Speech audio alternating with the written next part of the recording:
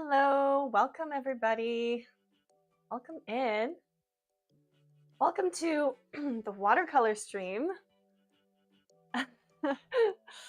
um, if you don't know, my name is Faye, and we are going to be painting in watercolor today. Traditional stream, guys. So, welcome in. If you guys are here early, welcome in. And I'm gonna talk to you guys all about watercolor today. Let me know in the chat if you have ever painted in watercolor before. And let me know, put a 1 in the chat if you are a beginner. Put a 1 in the chat if you're a beginner. Put a 2 in the chat if you've played around with watercolor and you know the basics. I would love to see how many of you guys have actually painted in watercolor before, and if you would like an actual lesson, like in the traditional techniques, or if you want to just paint some cards. So Kevin's a 0, Biggie Payne 1. Okay. Only one time. All right, cool. Well, welcome in. First time in a Faye stream. Okay, well, hopefully it lives up to your expectations. Welcome in, guys. Thanks for being here early. All right, so before we get started, I will go over my materials and all that, and we're not going to go into submissions today because I will need as much time as I possibly can. And because it's Mother's Day on Sunday, hopefully you guys can paint some cards with me and surprise your mom. You're welcome. So grab your watercolors. If you don't have watercolors, you can just watch and draw along digitally or draw along with whatever tools you have. That is okay.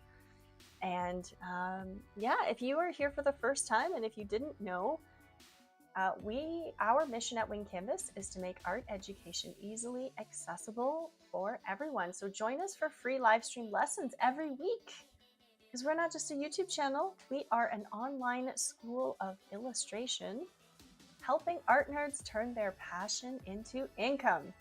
And big shout out to our amazing students. Some of you guys are in the chat, and members for supporting our mission. We love seeing your incredible artwork and watching your skills improve in our classes and weekly critiques. So if you're an art nerd, be sure to check out the Discord, where you can find our notes and artwork from streams, as well as art challenges and other resources to help you improve as an artist. All right, guys. So let's talk about watercolor materials. Here we go. So the most important thing about watercolors is using good paper.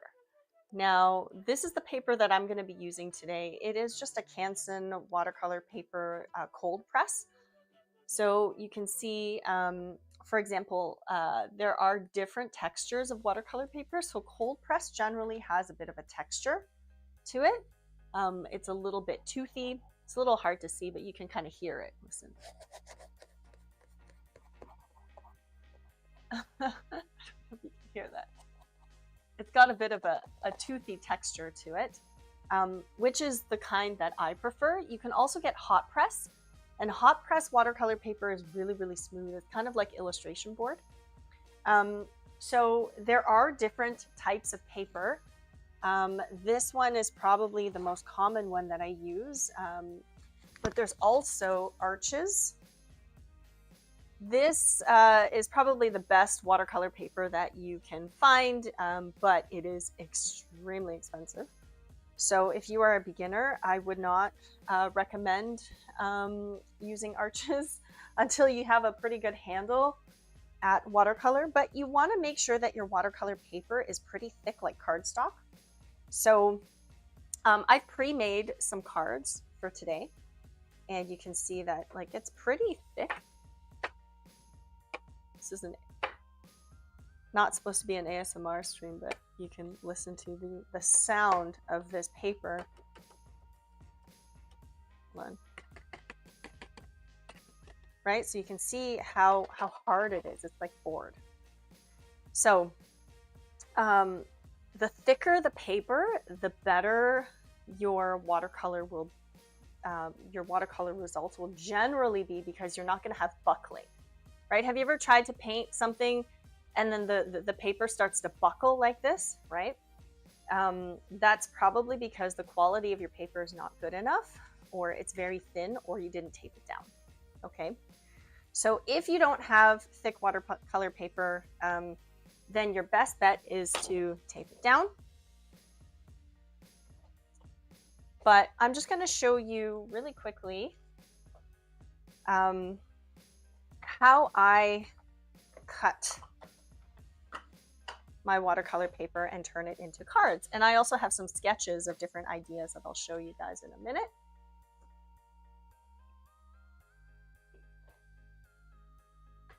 So, oh, Sterile, you said it sounds like paper. Regular paper.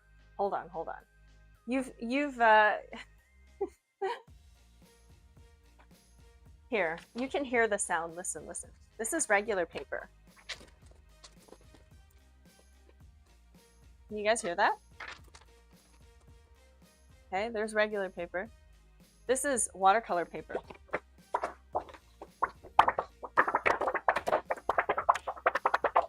Okay, regular paper, watercolor paper. All right, just to let you know, because it's hard to see, but I mean, you can also see like the difference in thickness. Okay, thickness is super important if you want really nice results. Okay, so this paper that I'm using is a 9x12. So it's a 9x12 pad, and what I'm gonna do is I'm just gonna cut it in half to make some itty bitty little cards, because painting small with watercolor is nice, you know. Normally, like painting small, I would say in other mediums is not as generally not as nice as watercolor, because with watercolor you can get really, you know, detailed in there with a small brush, and generally it's kind of nice. But with like acrylics and oils, generally it's nicer to paint bigger, right? So I just cut that in half. And then if you want to turn this into a card, right, what you want to do is find the middle. So this is 9 inches. And I'm just going to find the middle. It's like this little square in here. And then I'm going to use, you can use like a palette knife or something to score with, something to score. So you can actually, like this is just, I'm just going to use the dull end of this knife here just to score.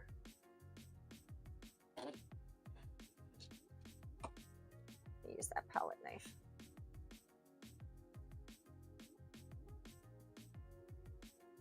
Because if you don't score the paper, what happens is the paper is going to have a really ugly fold, right? It's going to have a fold where it's like all buckly. So when you score it, it's like a nice fold, and you have that nice edge. So I've pre-made a few cards. But I'm just going to make 4, because we're going to make 4 different little illustrations. Nice and easy. And we're going to paint a watercolor chart together. Let me know in the chat if you have any questions about watercolor, because generally watercolor is a pretty easy medium to use. It's not as forgiving though. But if you have like a paper towel and some water, you can rescue most of your mistakes. All right, there we go. So I've got 4 nice little cards. The other thing that you will need when you're working with watercolor is tape. Speaking of which, I don't have my tape here. You'll need some kind of painter's tape. You know, something to tape it down so that you get a nice edge, and your paper doesn't buckle, especially if you're using something really, really, really thin. Okay, so there's the paper. The next thing that I want to talk about is the actual watercolor themselves. So I have this neat little watercolor set that I got once upon a time, maybe like 10 years ago.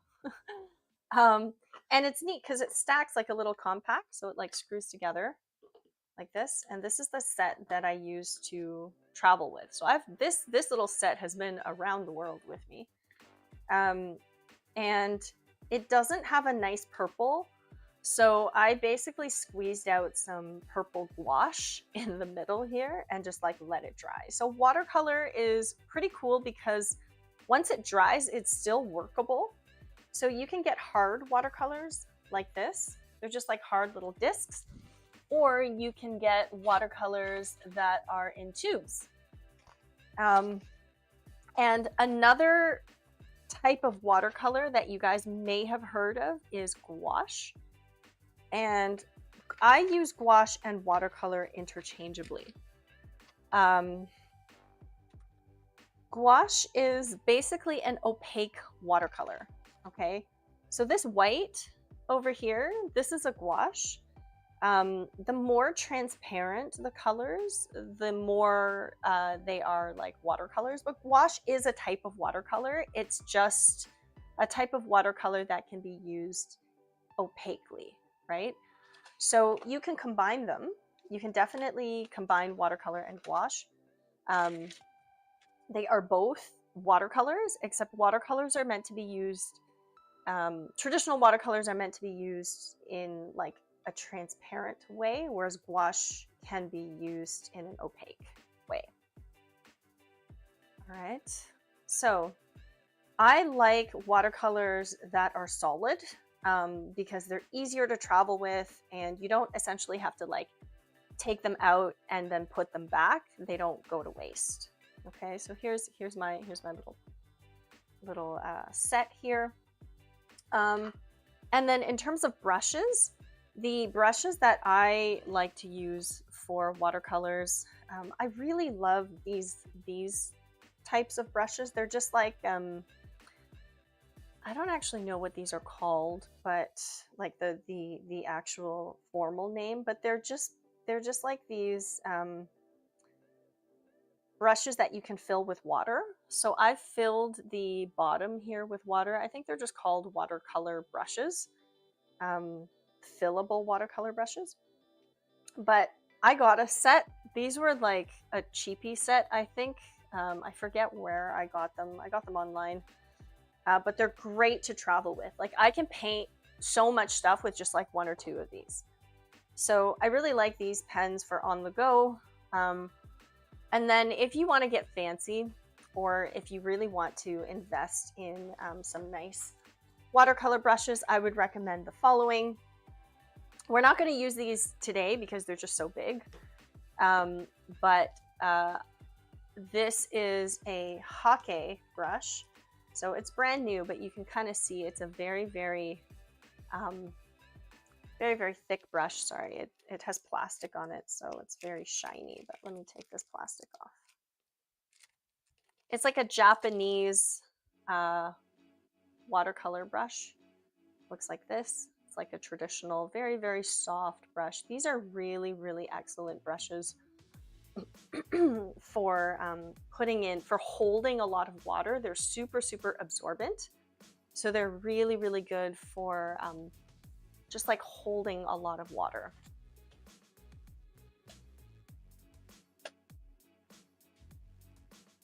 And then these brushes, these are Chinese watercolor brushes. They also hold a ton of water. They were traditionally used for calligraphy. And what I really like about these brushes, and I wish they put these on the ends of other brushes, but they have like this little band that you can hang these brushes upside down.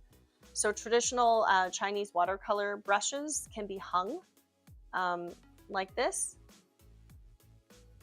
so that the water drips to the bottom and forms this really, really nice tip.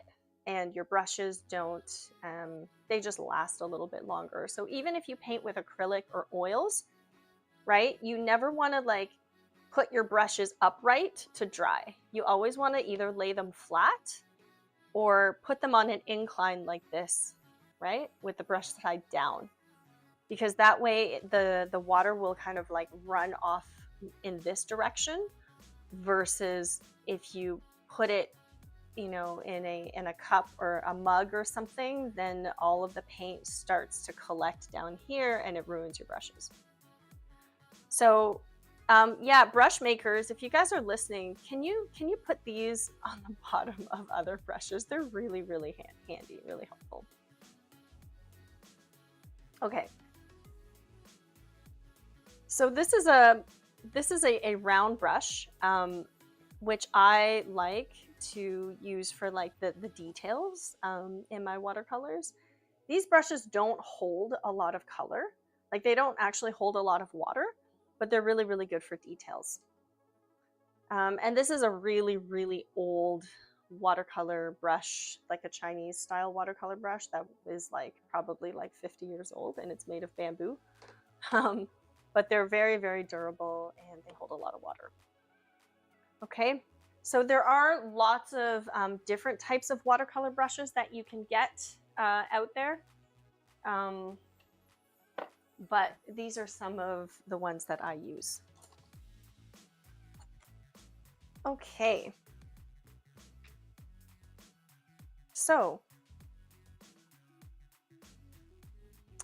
the first thing we can do is we can make a, have you guys, let me know in the chat, have you guys done a watercolor techniques chart before? Let me know in the chat if you've done that before.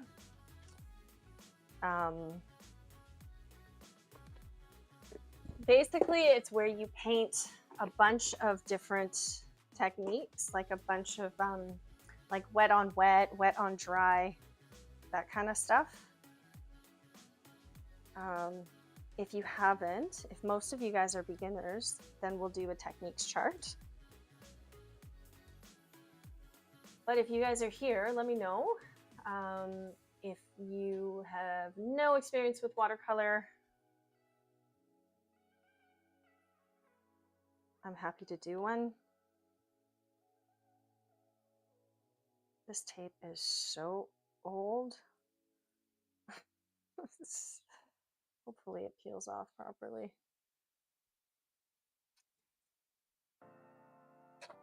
All right. We'll just do a really, really simple one then. Okay.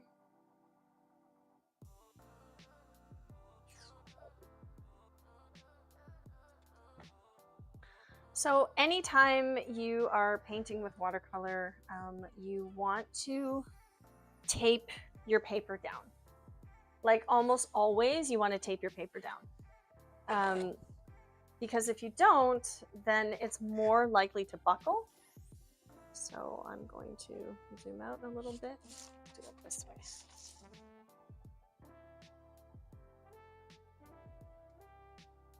Okay, so what we're gonna do is we're gonna tape down this paper, and we're gonna do some very basic techniques, just to get us reacquainted with watercolor.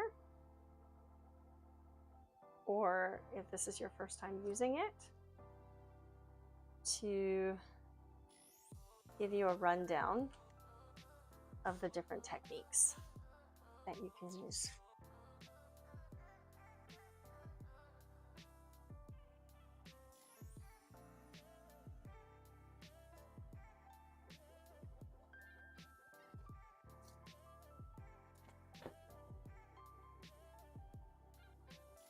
So generally, I love painting with watercolor. I can show you guys some of my landscapes that I do when I travel in a little bit.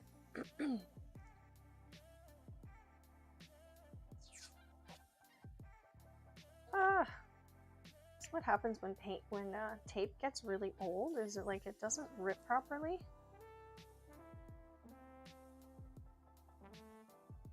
And I have this bad habit of misplacing my masking tape, and then I forget that I have it. Then I find random rolls that are like 10 years old, and I can't tell which ones are old and which ones are new until, of course, I try to use them.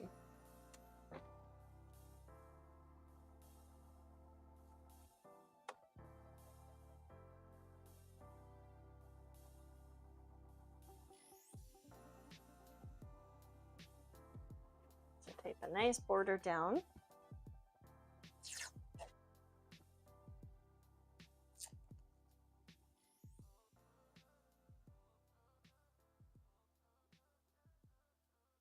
And they generally say that watercolor is the easiest medium to learn.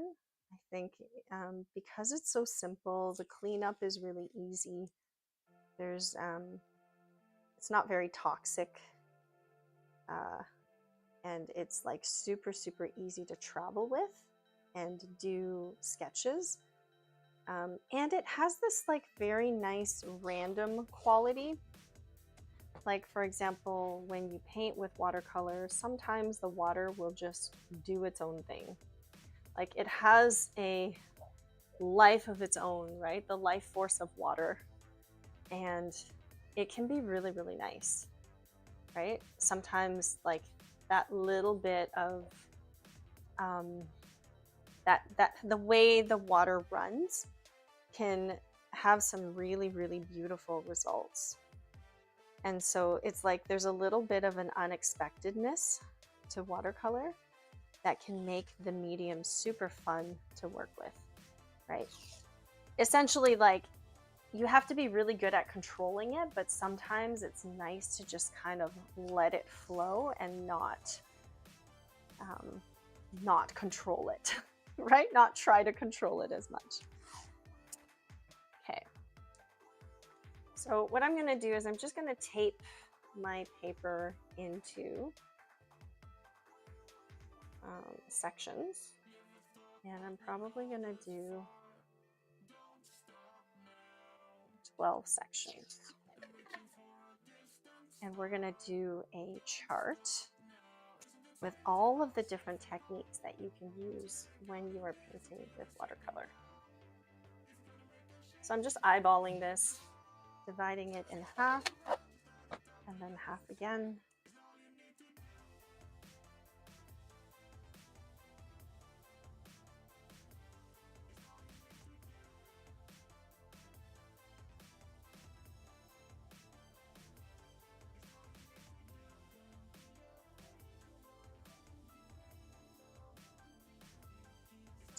So what are you guys all up to on Mondays?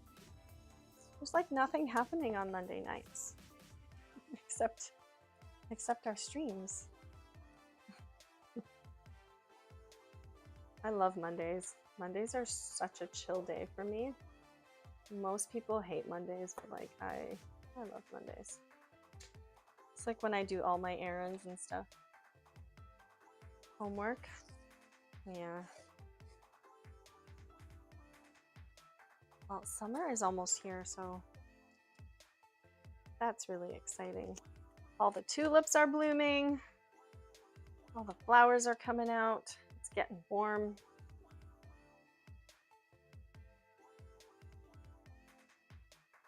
Do you guys have anything special planned for your mom?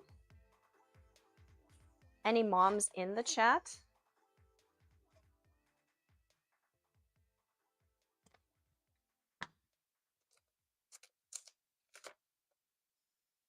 So I became a mom like about 2 years ago, and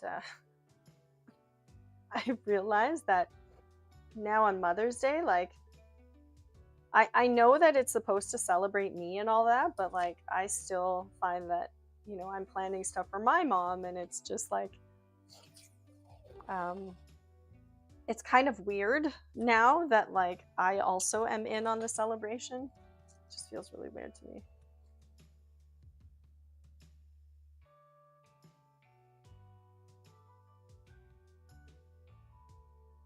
There we go. Okay. So we've got 12 little rectangles. Yeah, I'm planning my own my own Mother's Day. What do I want to do? Nothing. Absolutely nothing. Go away and leave me to my art. Just kidding. All right.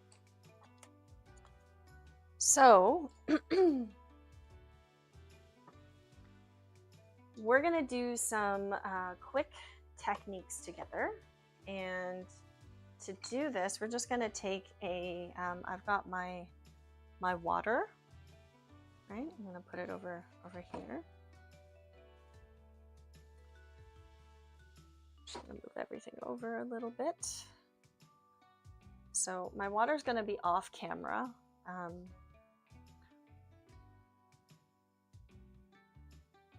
And basically what I'm gonna do is some different techniques, starting with a flat wash, okay? Because there's so many different ways you can use watercolor. So when you are actually activating the colors, okay? So I'm gonna use green for the first one because I don't use green very often, so it's a good idea, good excuse to use it. When you're activating the watercolor,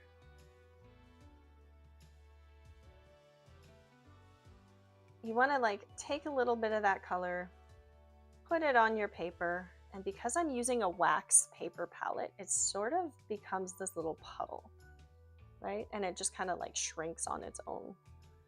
And so you just like take out some color, put it in a puddle, and you'll see that my brush has absorbed a lot of that color, right? So if you want to take some of that color out, you can use a palette knife and just like scrape out some of that water, right? You can see all that watercolor that I scraped out. And then I'm going to add some more water to it, right? You can see that it retains some of that color. And so the very first square, if you're following along with me, the very first square is just going to be a flat wash. Okay, so this is wet on dry. Just going to be a flat wash. So you just want it to be as flat as possible. And if you want it to be a little bit darker, right, you can just kind of go in and add some more water to it. But the key is to try to get a balance of the color so that it's nice and flat. And because I'm using a small brush, it's a little bit harder. Right, you generally will want to use a brush that is like bigger if you want to do a flat wash. So if I was doing like a flat wash of a sky or something, I would use this brush, right? And I would go in and like do the entire sky. And if I wanted to paint some clouds, I would take a paper towel over my finger and then I would just kind of like dab it, right, to remove some of that, some of the color and get clouds. So the first one that we painted is just a flat wash.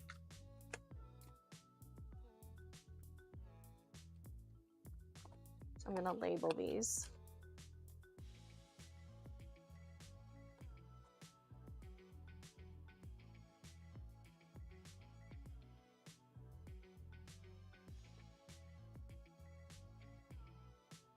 So if you want to do a flat wash, really you just want the color to be as flat as possible.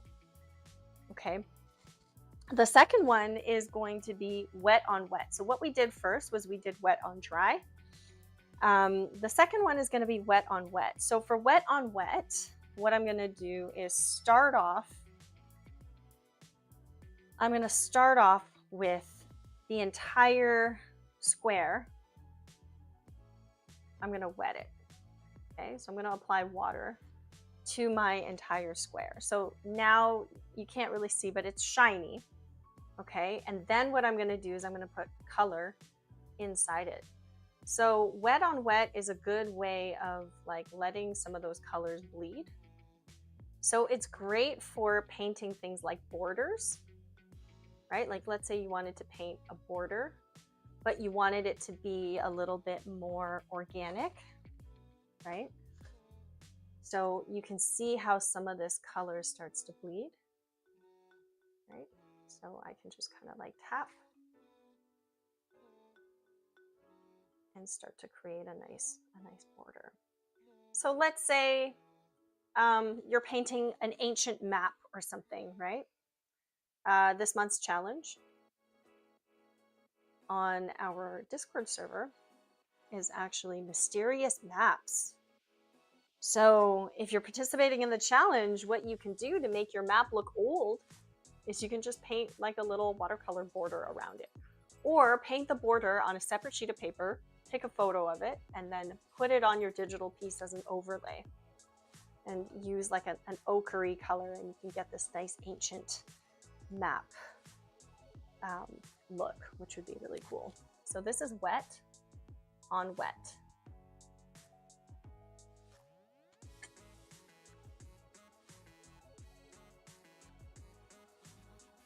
So wet on wet is really, really helpful for when you are, when you want just a little bit of that bleed.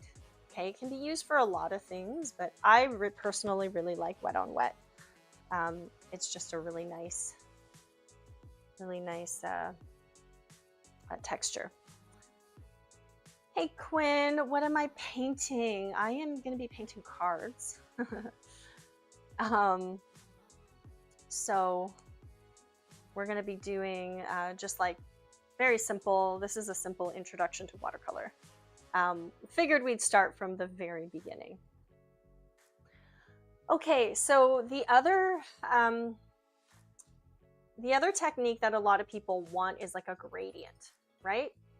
To be able to paint a gradient. So let's say of a sky or something like that. So to do that, you could either do a wet on wet technique, or you could do a flat wash technique. But generally you want to keep it wet while you're working. Okay, so let's paint a sky together. So a sky would generally be a little bit more green at the bottom and a little bit more blue at the top. Okay. So I would activate this blue color, and then I think I'm going to put down just a really, really thin layer of water, not super, super thick like the previous wet on wet, just like a little bit thinner. And then I will go in and paint this blue on top. And then what you can do is just like dab it, add some more water, and then thin it out. Add some more water. We're basically just adding more water as we get to the bottom. And you're going to use that water to help you blend it all the way to the bottom.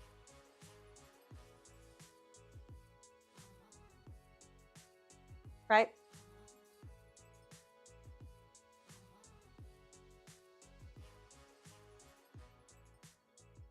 So water will lighten it. But as long as you keep it really wet,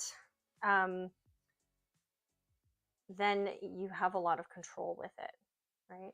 And you can go a little bit darker at the top. But basically, watercolor is really afraid of being overworked. So the less you work it, the better. Like the more effortless you can kind of plan it out and let the water be your guide, the easier it will be. So this is a gradient. Okay. Gradient is a really, really nice Really, really nice texture. And I think it's like a lot of fun as well. I find myself using it a lot, and it's really helpful when you can have better control over your water. So once that dries, then you can kind of go in and do another layer if you want. And you just want to like avoid doing too much to it while it's like in the in-between stage, because if it's in the in-between stage, it can look really ugly if it's if you mess it up. Like if you overwork it, right? Okay. Next we'll do kind of a cool technique. Some people call it Sgraffito. But basically it's like etching into the paper while the with the color, like with the watercolor on it. So like if you take the back of a brush or something, right, and you just kind of like etch into it. Ignore the colors. Here, I'll use a palette knife instead.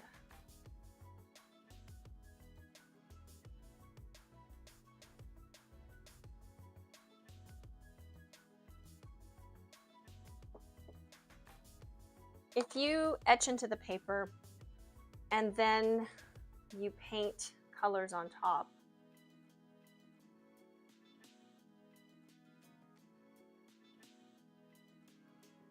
you'll be able to see some of those etchings.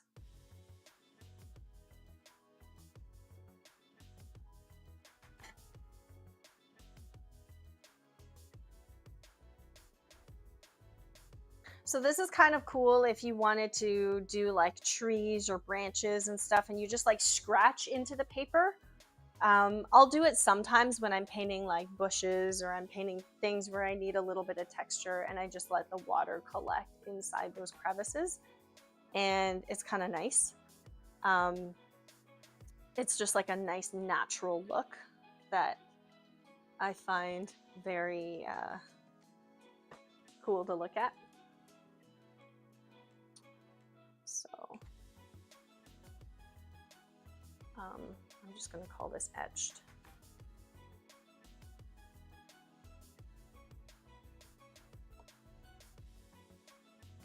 So another cool watercolor texture is when you use a dry brush.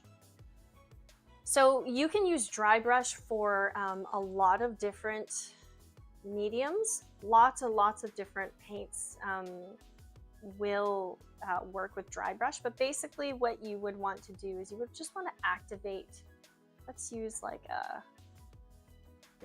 orangey color for this. Basically you want to activate the paint, right, in the same way as the other colors.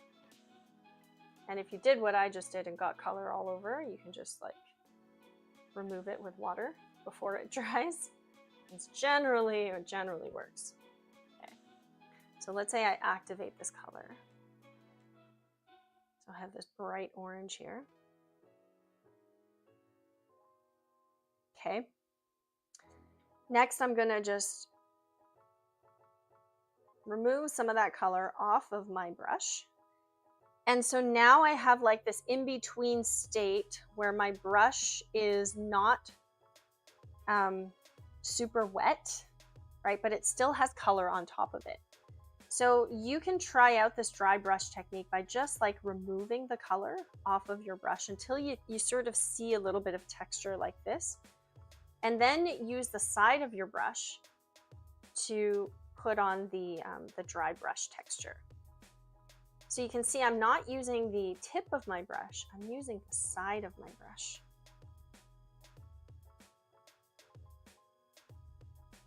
So this is really helpful for when you, you're painting water. Like when I paint water, I will just use a dry brush the whole time, and it leaves a really, really beautiful watercolor texture,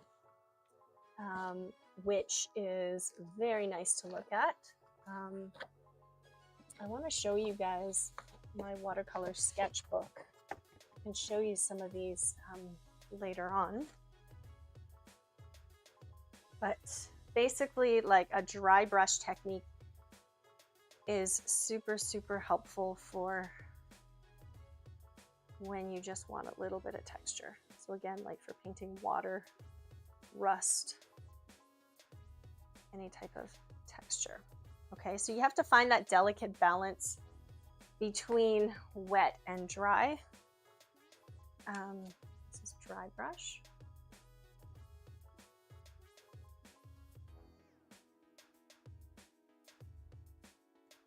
Okay. The next technique we're going to try is called scumbling. And scumbling is kind of like a dry brush, but you can use it for example, let's paint some bushes. Let's paint some trees. It would kind of be like a dry brush technique. So the first thing I'll do is I'll just paint a little bit of a a little bit of a blue, just like tinted a little bit blue here. Give it a bit of a blue sky. And then I will paint some bushes. So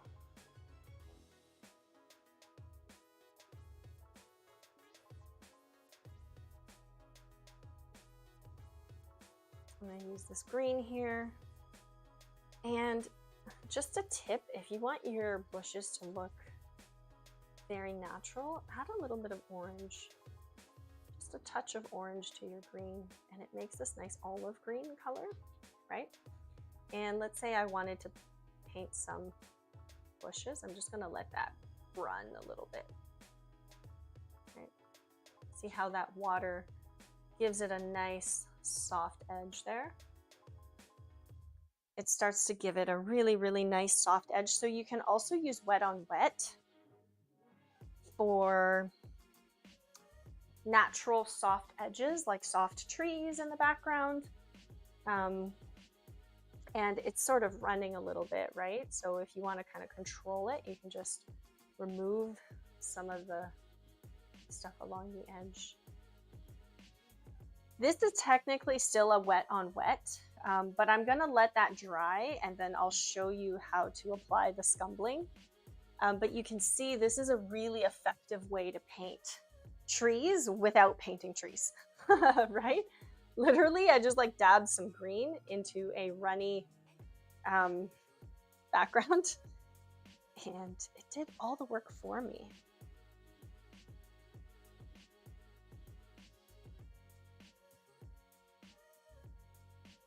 So a lot of these techniques, I'm like, some of them I'm just making up. But a lot of them you can use pretty easily, like just by experimenting, right? Like just by trying different things without really worrying too much about them. Like yes, they are techniques, but they're not like, they're not meant to be super technical. I think they're just meant to show you the different ways you can use watercolor, but you don't really have to worry too much. It's more natural when you're just painting it. All right, give me 2 seconds. My dog is scratching at the door, so I'm just gonna let her out. And I'm gonna grab the salt. I'll be right back.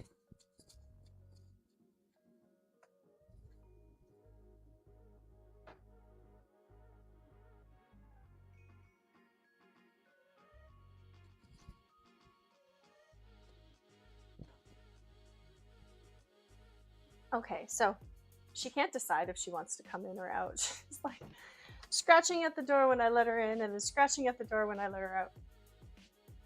All right.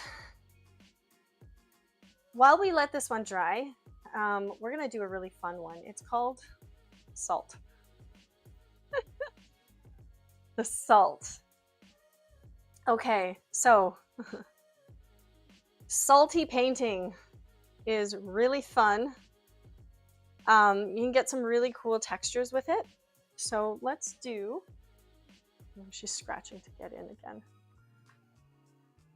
Let's go back to the orange color. This orangey red.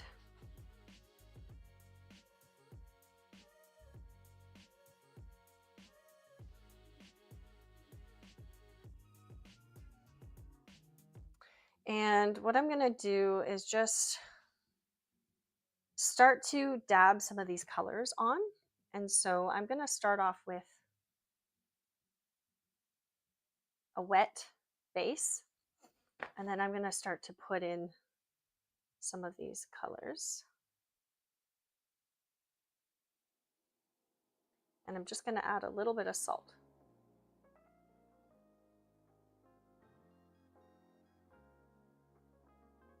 That salt adds a really cool texture to the watercolors.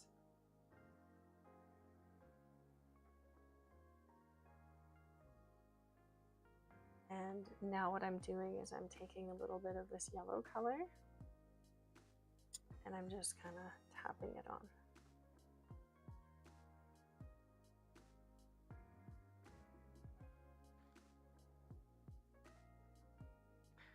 So salt, guys, is really, really cool.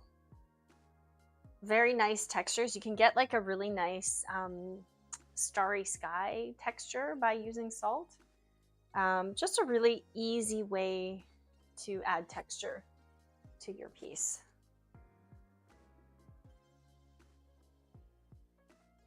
And my etched one is not really etching all that well. It's not as deep as I would have liked. Okay.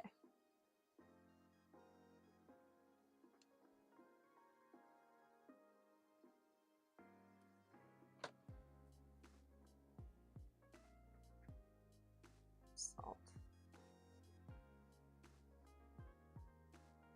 And then this one I want to call it Scumbling, but it's actually just wet on wet. I'll do a Scumbling on a different one because I kind of like the way this turned out. This is also wet on wet. Except I used, instead of doing like a border effect with it, I did a tree line, right? All right. So something else that is really fun is when you use permanent ink with watercolor. I just have these set of fine line markers. These are just like Prismacolors, but you can use any type of ink that is permanent and it'll work. But basically you can draw whatever you like with it, like a pattern or whatever you like. So I'm just gonna draw some patterns.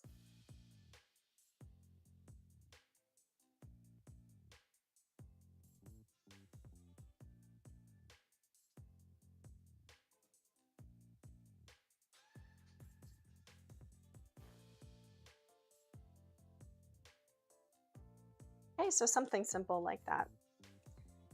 And the nice thing about this type of pattern is that it won't run. So with permanent fine liners, they won't actually run. Whereas if you use like water soluble ones, they will run, right? So you just want to make sure that you use permanent markers, and then you can paint on top of it, which is kind of fun. So, right? Just paint on top. And this Chinese watercolor brush is just holds so much water that it really contaminates the water very quickly. So I'm gonna have to go change my water. I'll have to go change my water before we do the cards.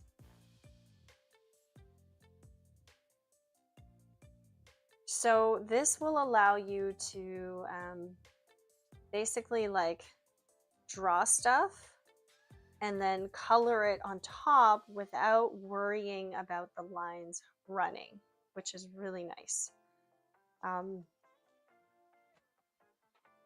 So I don't know if you guys have ever tried this, but this is called Ink on Dry.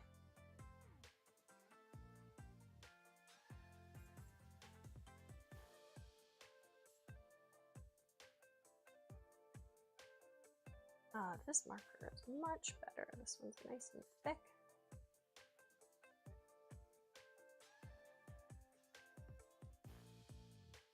Salt.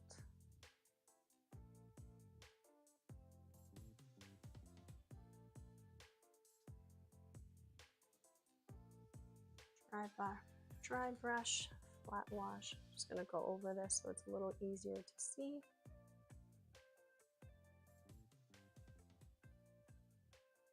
I think my favorite watercolor technique is gotta be the wet on wet. I do so much with the wet on wet, especially to start paintings. So I can just show you some different techniques for using wet on wet, like how to paint skies, how to paint clouds, how to paint trees, how to paint borders, right? We did a border, we did a tree. These are some fun ones. Another one that's really fun is wax resist. Now, wax resist can be done using crayons. It can also be done using oil pastel. So I just happen to have the oil pastel, so I'm going to show you how to do it with oil pastel. But it does also work with crayons, and it also works with just like regular wax. Like if you wanted to use even a candle, it'll work with that. So for example, for the wax resist, there are certain things you can do. So for example, you can use your white oil pastel to just draw like a circle and then maybe like a few dots if you actually wanted to like do a scene, and then it will reveal itself once you put the color on top.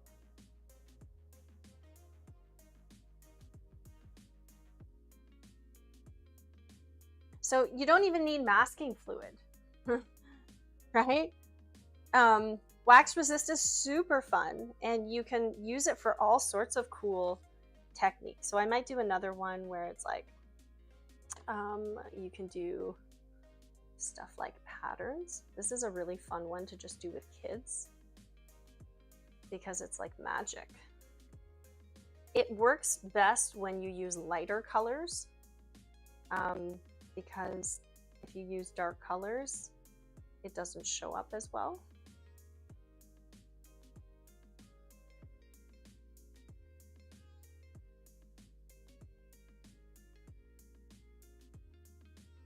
Basically, you can like draw things in white or like light yellow. You can make really cool patterns with it as well. Really fast patterns. There were a lot of pretty famous watercolor artists who would use this technique.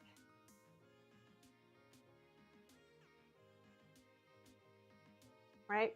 Super fun.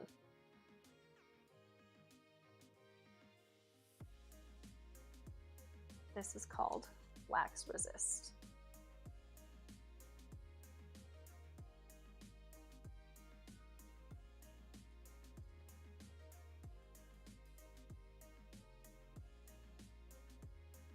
Wax resist, really, really fun one. There's another one that you could do, and anybody try watercolor pencils? Let me know in the chat if you've ever tried watercolor pencils.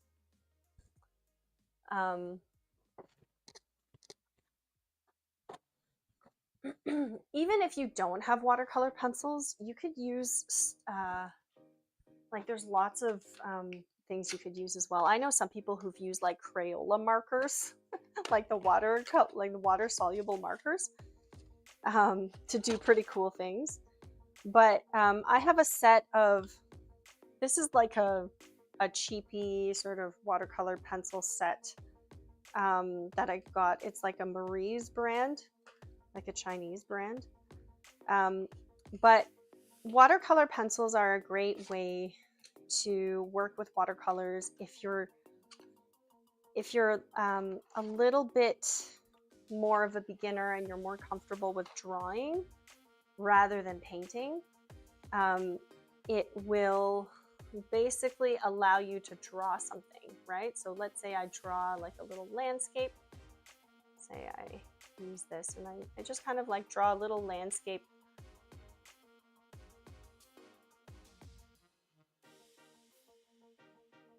Like I would if I was just using colored pencil.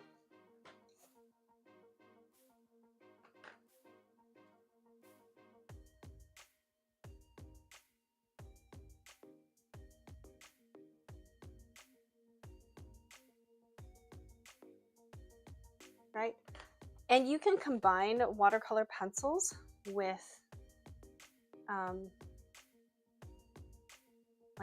just like regular watercolor techniques. That'll work as well.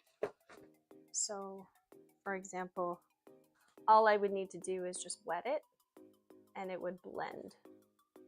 So it's a really nice way to work if you are a little bit more comfortable with drawing and less so with painting, because you can just turn your drawing into a painting fairly easily.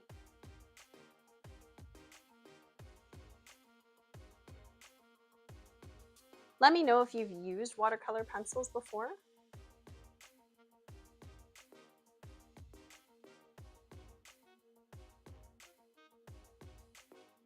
But watercolor pencils are also really handy for drawing on top of stuff, right? Like if you are doing a little landscape and you want to do a little drawing on top of your painting, you can use watercolor pencils.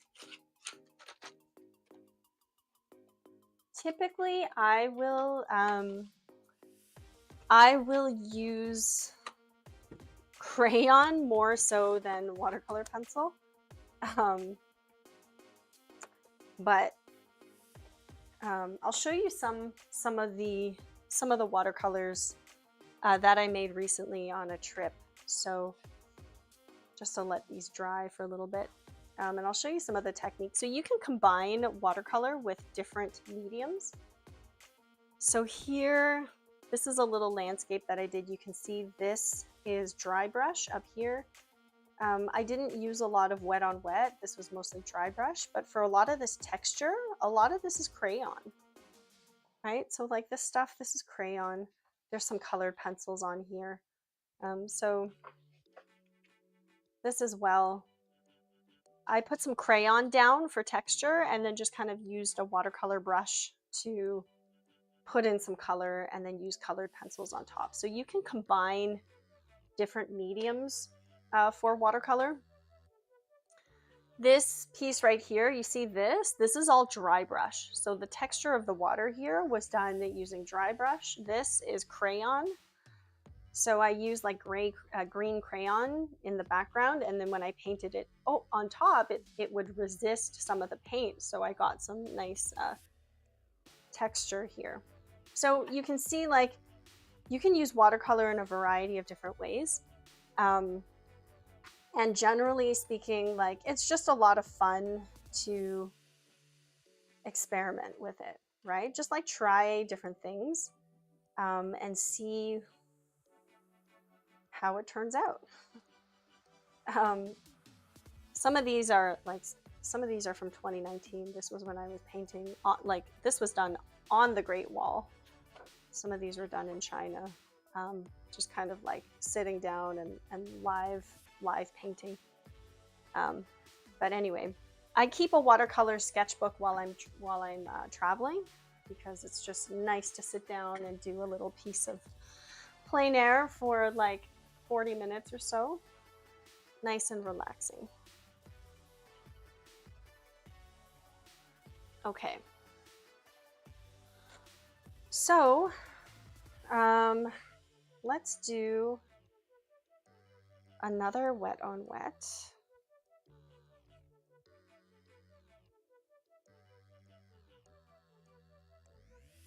Where I can show you how to paint clouds. Okay. So basically we're gonna wet the background and we're gonna take a blue color.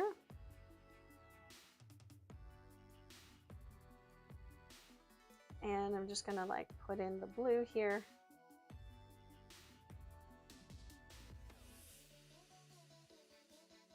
Okay, so you could do clouds like this and just kind of like let it run, see what happens.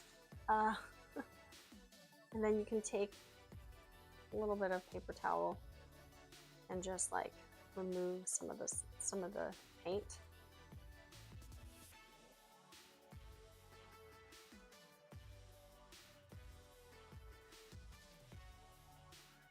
And as you remove, you're going to get some interesting textures. So you can add and remove.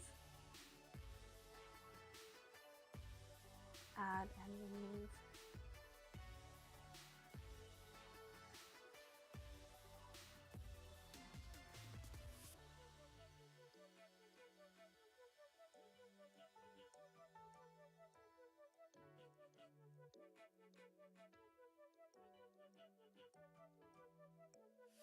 There we go. So I paint a lot of clouds with this technique. So this I would actually call like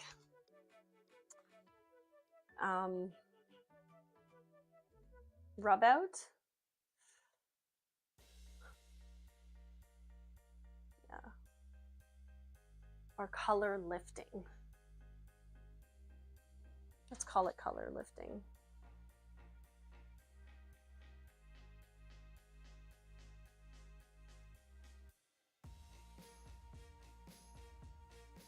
So color lifting is really, really handy for painting clouds.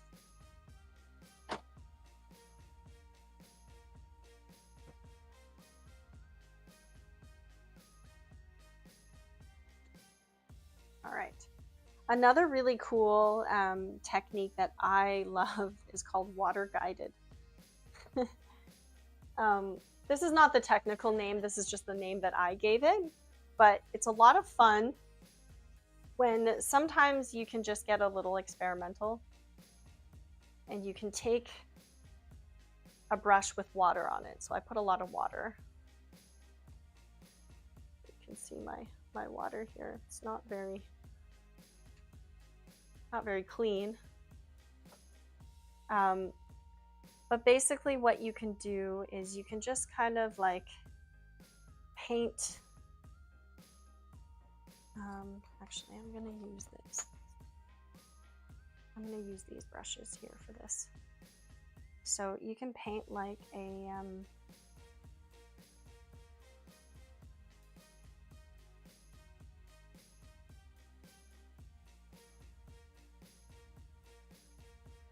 what I'm doing is I'm just painting a line, a squiggly line of water.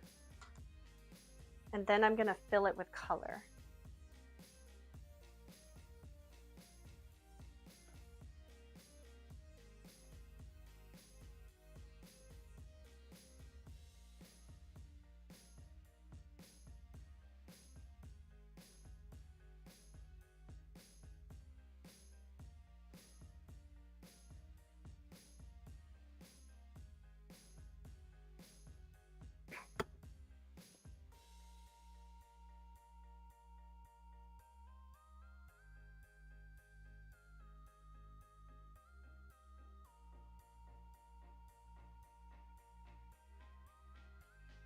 So changing up some of the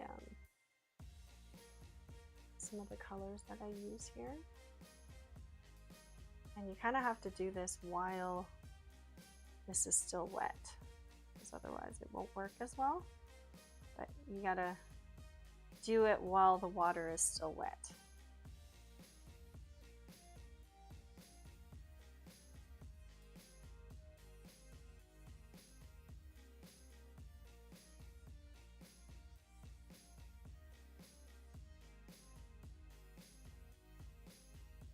And one of our first instructors at Wing Canvas, her name was Izzy.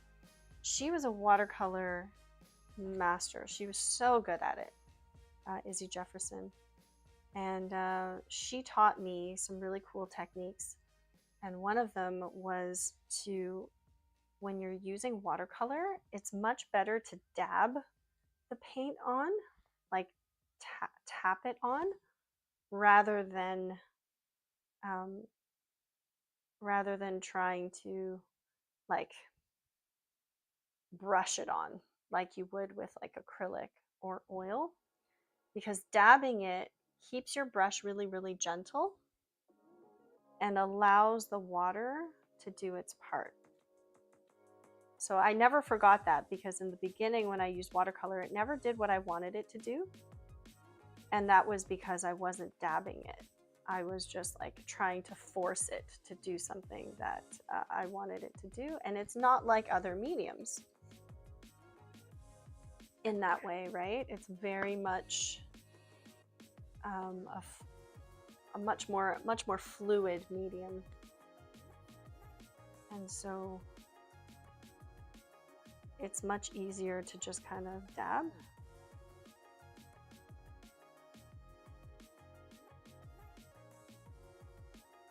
And then let the water blend it all together.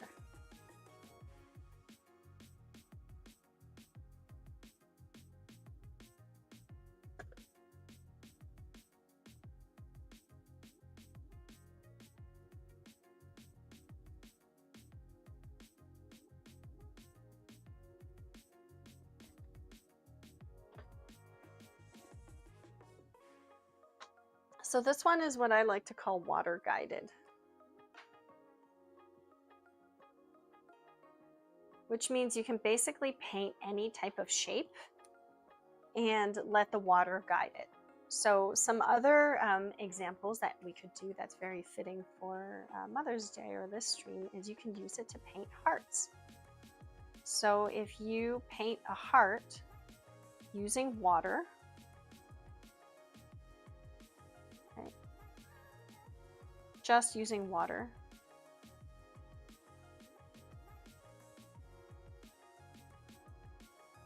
and then you can fill it with whatever color you want.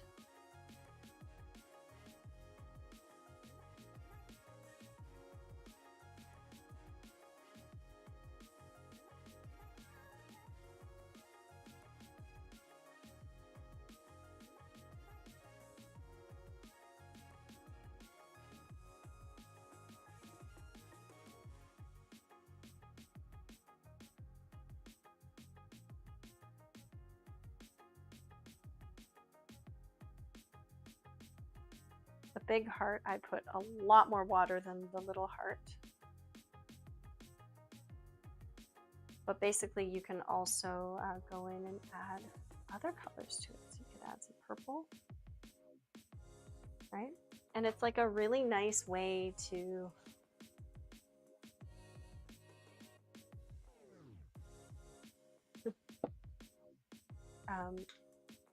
really nice way to get some nice textured shapes. This one's also water guided. I'm just showing you some of my favorite techniques, nothing really in order, but I just like to mess around with stuff, which is always fun.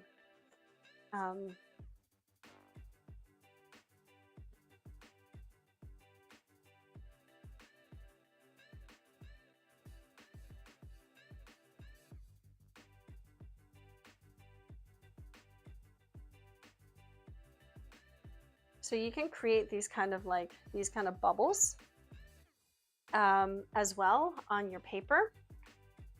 And then because I have this taped on, it doesn't really work, but you could basically tilt your paper and let it drip, right? But you can also paint in those drips if you want, right? Just kind of guiding the water to whichever direction you want. Some people also will use a straw and blow the water in whichever direction they want, right? This is also water guided.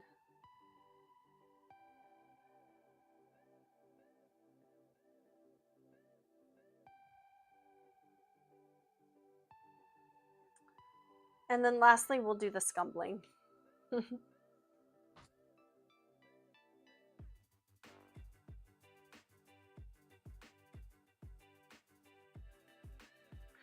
So scumbling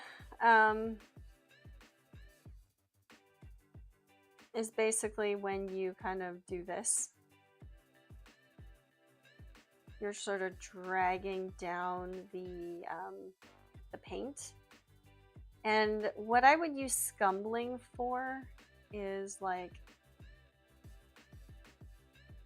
mostly trees, I would say. Right, where you kind of scumble one color into another.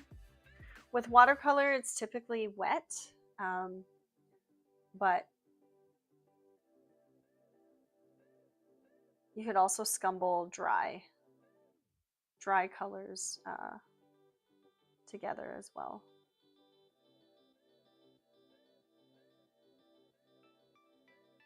Which is why I really like these brushes, because it keeps things kind of wet, right? It keeps things wet enough that you can scumble stuff in very easily.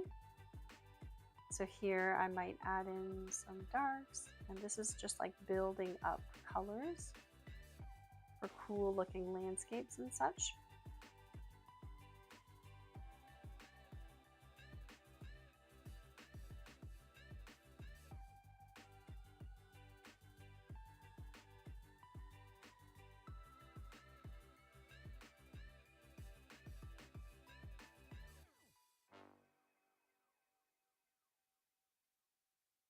So, scumbling.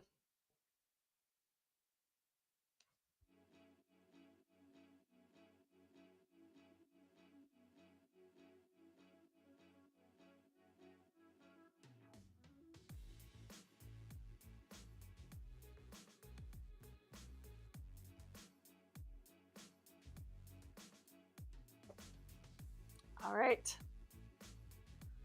So there you go. These are the different types of watercolor techniques that you can use and play around with. They don't end here. There's a lot of different things you could do. There's a lot of textures that you could create. Like you could use a like a paper towel, like a thick paper towel, or you could use plastic wrap, right, to create these textures as well. So I realize that if I take this off, I'm gonna have to rewrite all of these textures, but I will do that after the stream, before I post this on the Discord. But for now, I'm gonna take this off so that we can start with our cards.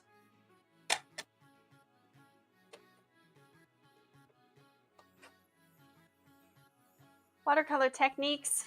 Hopefully that was fun and you learned a new one if you haven't done those before.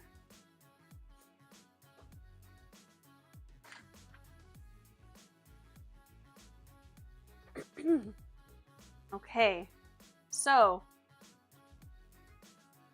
these are very light sketches, so they might be a little bit hard to see, but I asked you guys in the poll what you would like to see me paint, and most people said they wanted to see me paint flowers. So I did a few little doodles, which I felt would be kind of nice little cards. And this one is just like 2 tulips. I'm not sure whether I want to put faces on them or not. Basically, it's like a mom tulip and a daughter tulip. I thought that would be kind of fun.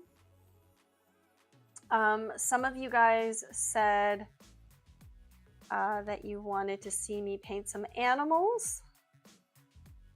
So I actually thought this one was kind of fun. This is a drawing of a beaver. A beaver. You didn't know, Wing Canvas is Canadian. So beavers are like a very, very Canadian animal. And this one says, "Best damn mom ever."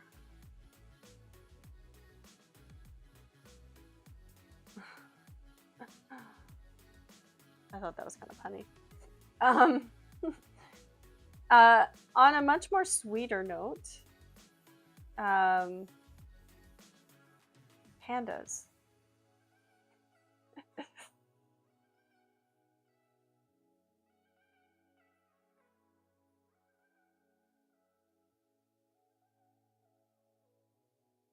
I'm Chinese Canadian, so pandas and beavers speak to me.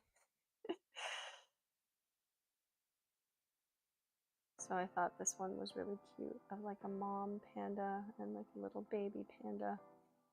And we could do some like dry brush, some etching techniques here for the bamboo and for the grass. I feel like these ones don't even need words because they're just kind of sweet on their own and they have like a nice message on their own. And then if you wanted to do something, I have some other puns for you guys that are nice and easy to do. So if your mom likes sweets, particularly donuts, this one is kind of fun. It's like a donut and like a little Timbit.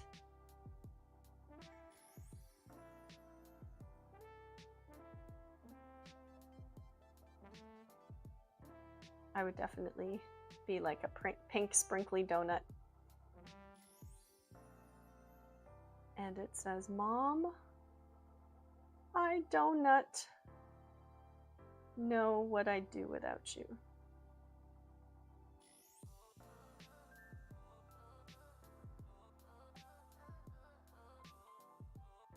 So cute. My mom, though, I have 2 moms that I want to celebrate this Mother's Day. One is my mom-in-law. My other one is my mom. My mom's out of the country right now, so she will definitely not see this.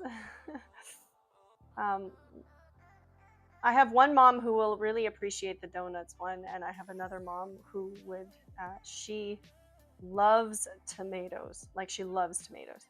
We make fun of her. We call her Tomato Head because she just like loves tomatoes so much. She would eat them just raw. She loves raw tomatoes. She'll like take a big beefsteak tomato and just like munch on it like she's eating an apple. So I found this pun online that's like, "I love you from my head to my toes." So I thought that would be a really cute one for my mom.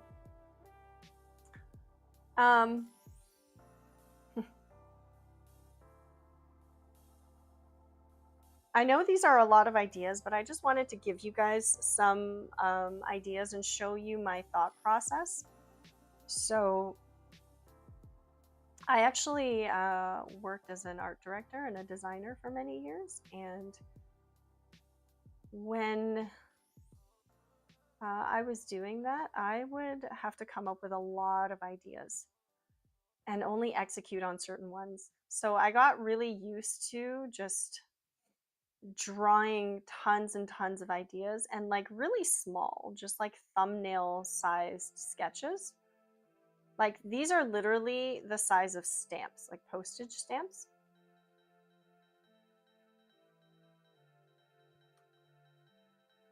But just really effective ways of sketching out your ideas, because we always have so many ideas and not enough time to execute on them. And I definitely think, like, you know, doing these little thumbnail sketches and not investing too much time in them is just a good way of trying out different ideas before like choosing which one you want to do, right? This one is an avocado. But you know, there's so many different ways you can interpret these, but these are some of my favorite ideas. This one I thought was also really fun. But I don't know if I want to do a duck, but like for those of you who have multiple siblings, you might want to do this one of a duck that says, "What do I do without you, Mom?" These are some like little ducks.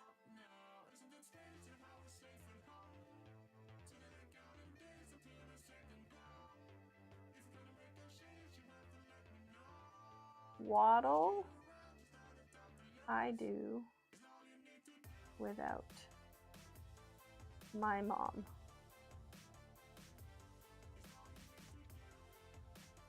What'll I do without my mom? Thought that was really cute. Anyway, you could do this idea with different types of flowers, right? So this one is tulips. You could do it with roses. You could just do like a nice traditional bouquet if you like. But one more pun and I promise I'm done, okay? One more pun, guys. Just because we're art nerds, we need the puns. My mom would appreciate the puns too. This one is, Mom, you are my bestie.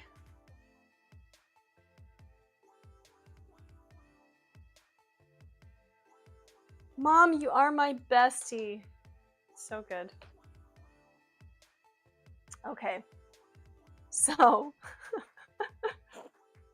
all these ideas, we're just gonna do some really simple ones because this is a beginner one, a beginner friendly card, but we'll probably have time to do like a few of these. Let's do the flowers though. Let's do the tulips, because most of you guys voted for flowers in the poll. So let's paint some tulips.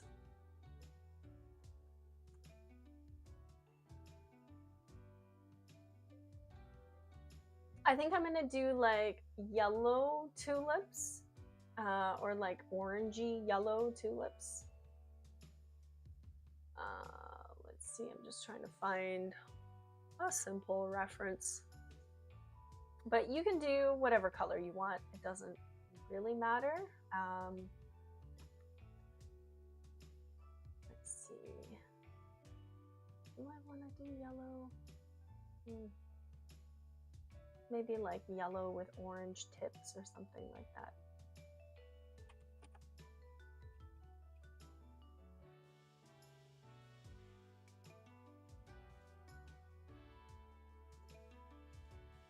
Okay.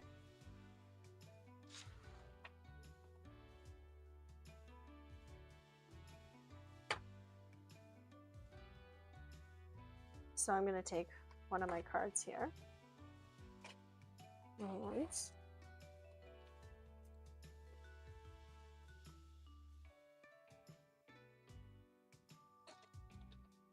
let's zoom in.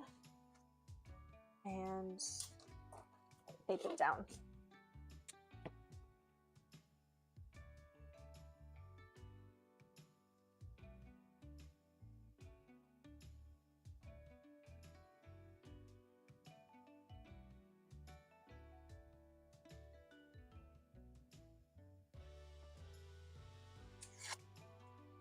Oh no.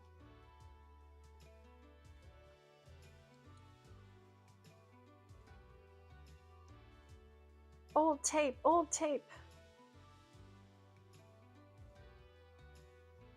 Excuse the technical difficulties here.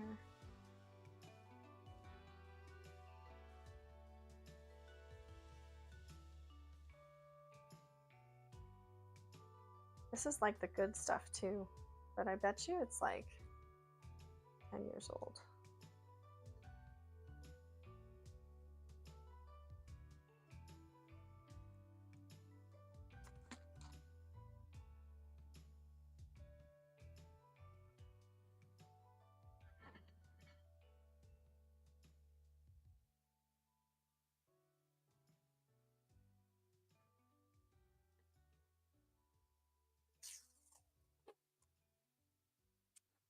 Okay.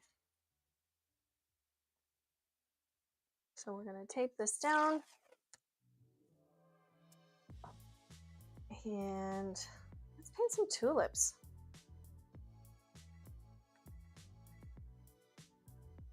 All right.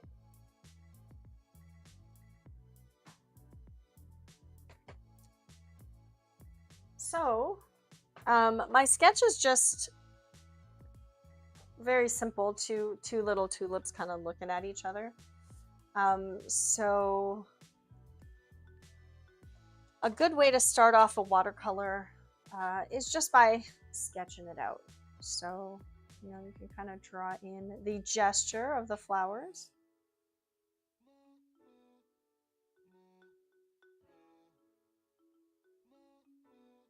And then just like the general shape that you want. But you don't really need to, you don't need to draw too much. You don't need to put in a lot of detail. Actually, what you don't want to do is you don't want to like draw super detailed drawings, because what ends up happening is when you have too much detail, you end up sort of trying to fill in those lines versus painting. So like drawing and painting are very different things, right? Drawing is when you start off with an outline and then you kind of like fill in the outline or finish the line art. With watercolor and with painting in general, the less you draw, the more painterly it is, right? With watercolor, you do need to do some drawing, but the problem or the mistake that I see a lot of people make is like they draw and then they try to fill in their drawing versus, you know, painting it. So to paint the watercolor flowers, you really want to like just like paint in the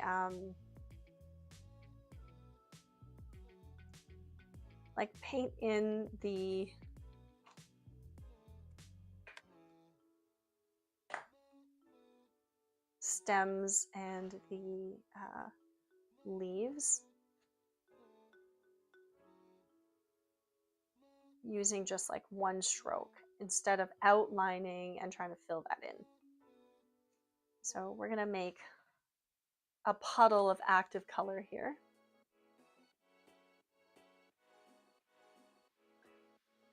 And then paint in the stem.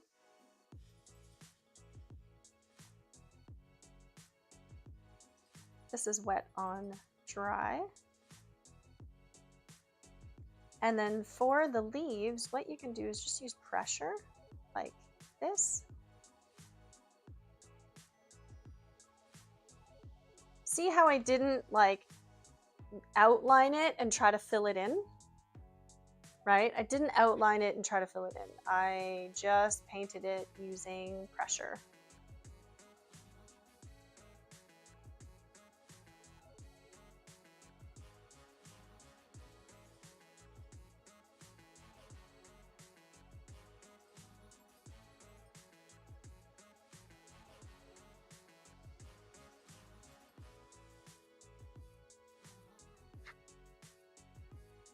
And then remember the scumbling technique, the dry brush technique. It's possible to do dry brush with a wet brush. It's a little hard, but it's possible to do. This is kind of like scumbling, just adding a little bit of texture.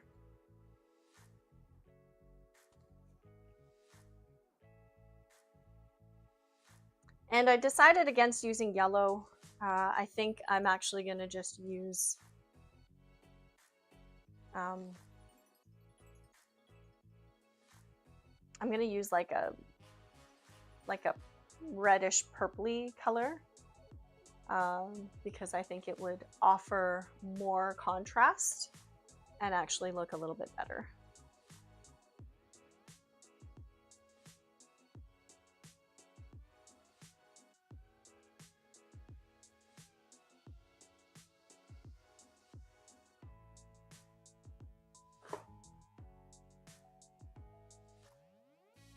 So I'm using like a red with a little bit of blue, like a pinkish red.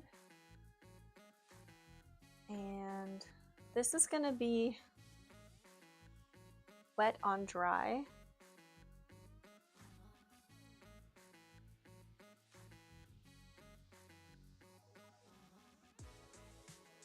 With a little bit of dry brush.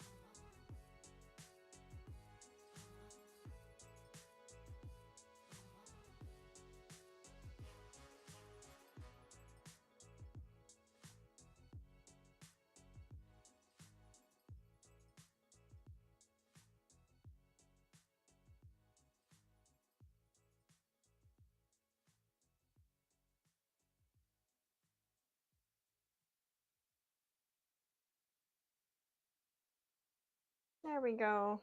Simple, easy tulips. I really like the color of them, actually.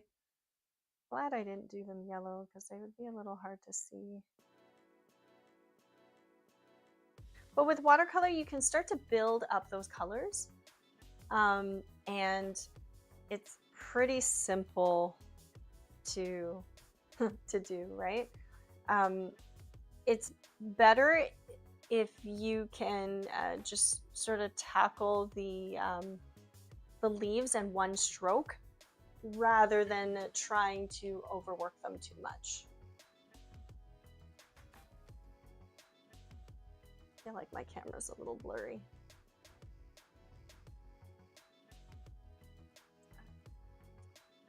All right.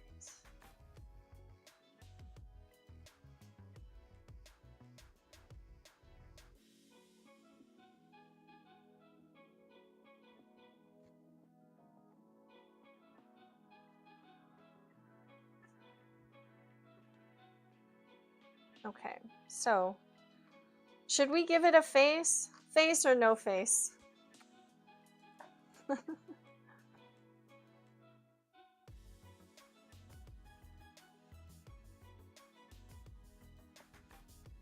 This is a really, really simple one.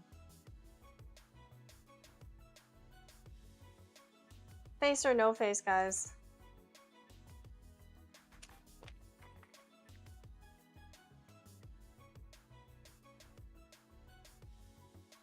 Put some dry brush stuff on here.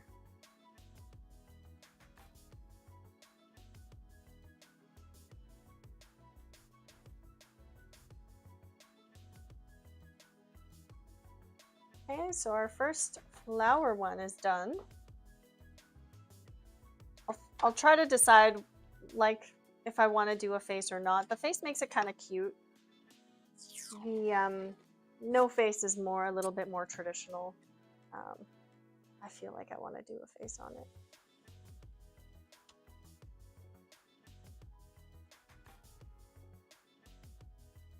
And I had actually planned to paint a landscape, guys, for the first demo.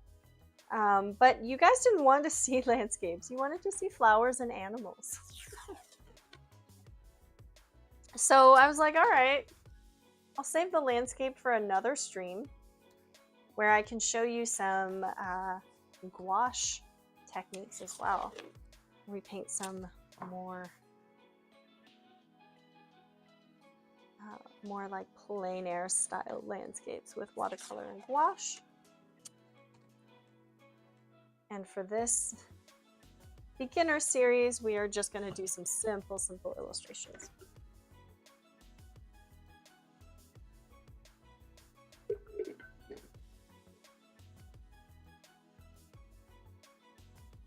All right. So the next one, I'm going to do a panda. I'll do the panda one. Just because it's so cute, the mom and baby panda. So cute.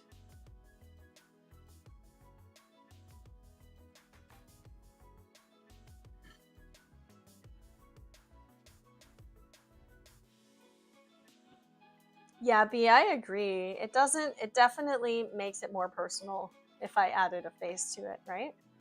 So before I add the face, I just need to make sure that it's completely dry. Otherwise, it's gonna look a little bit, it's gonna bleed a little bit. So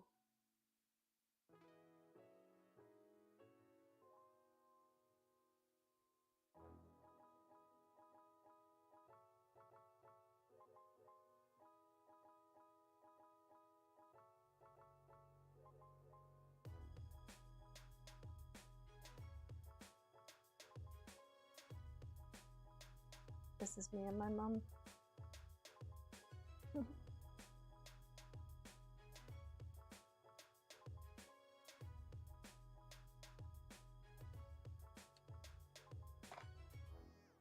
All right, done. Okay, panda time.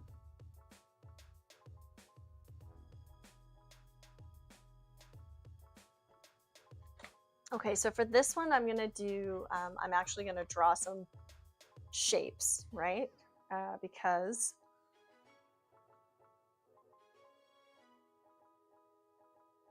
we gotta make sure, because that this panda that I'm drawing is white, I'm gonna have to make the background dark so that the white actually stands out.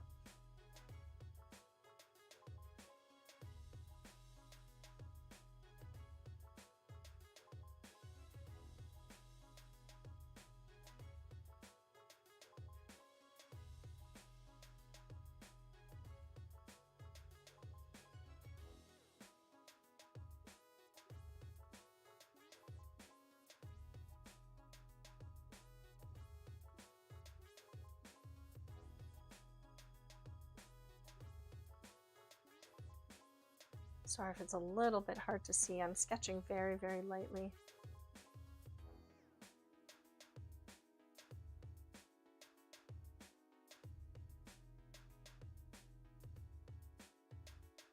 And with pandas, if you want to get that fuzzy texture, then it's really important to do that wet on wet, right? So let's see if we can get the techniques really working here in our favor.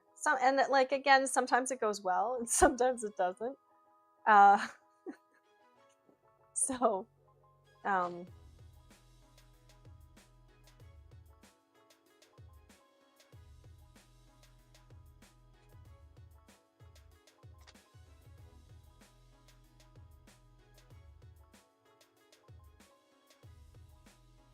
All right. Where did my eraser go?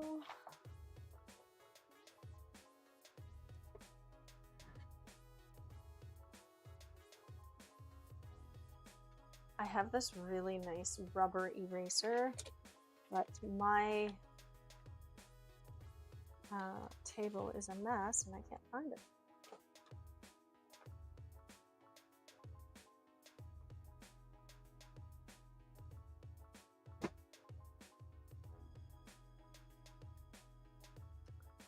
Okay.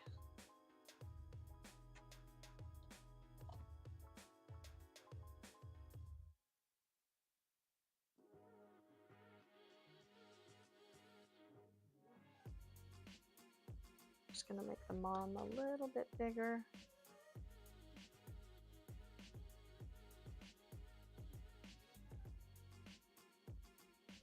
I'm actually gonna be in Asia for the next month, and I will be visiting a panda sanctuary. I'm so excited.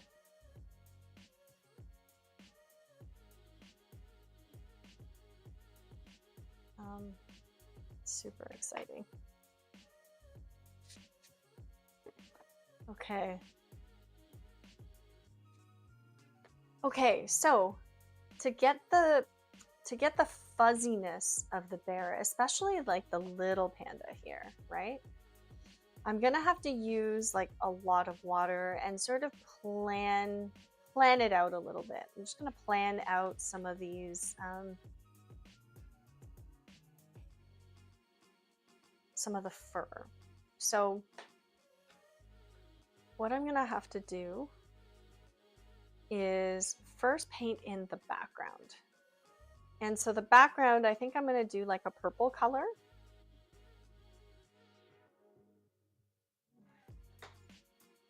And I'm just gonna do, again, just the wet on wet.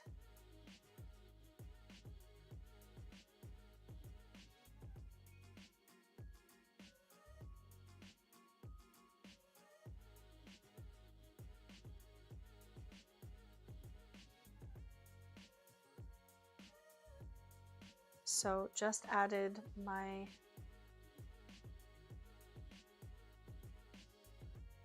water to it, and now I'm going to use the purple.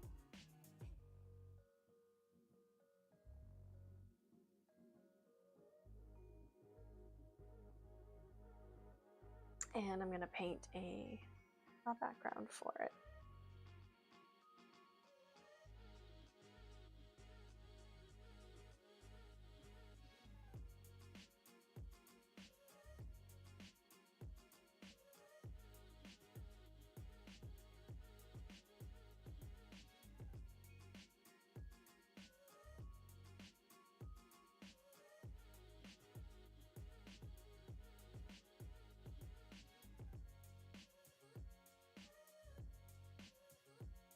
So this is a good opportunity maybe for me to use some of that texture, some of the salt.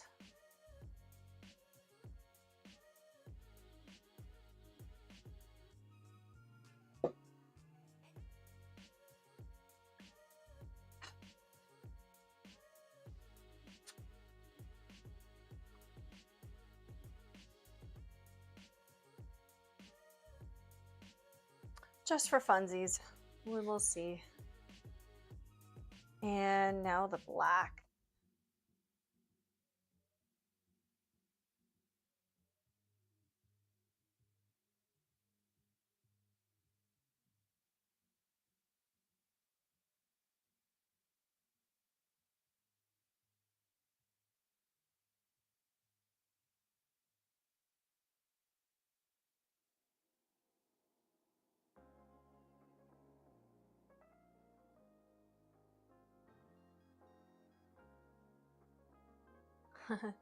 Take us with you. You love pandas. I'm glad. Hello, Raizumi Art. I am doing good. I love painting with watercolors. It's very relaxing.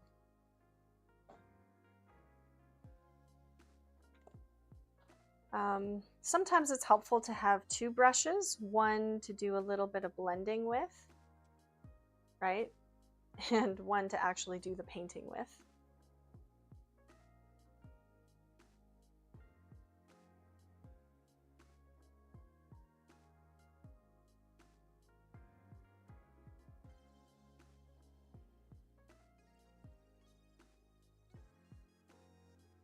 And for this big patch here, I'm going to use a big brush, because if I use a small brush, I feel like it's going to be really overworked.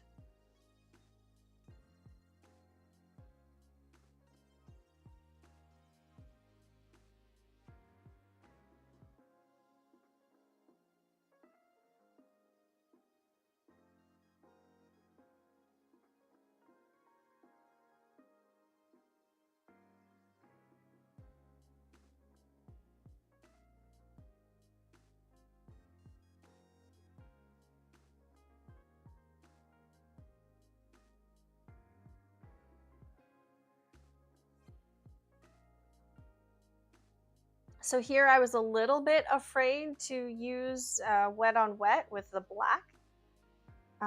So I did wet on dry, but then I kind of like added water to the edges so that it stays nice and soft.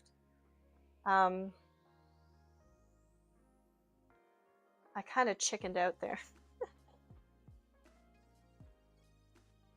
But there's different ways you can use watercolor. So, you know, that's why I really like these brushes, because then I can rework certain areas and not worry so much. Here with the little panda, I'm just gonna use wet on wet. So I'm gonna just like lightly put in the parts where I want to be black, and then use my big brush and just kind of like dab it.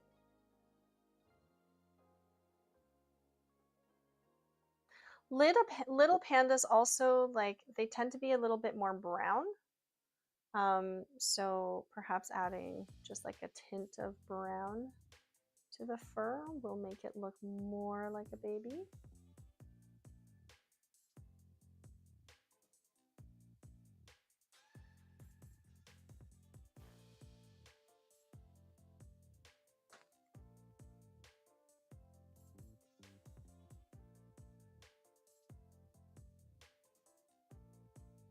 There's a lot of fixing that I have to do of the edges here.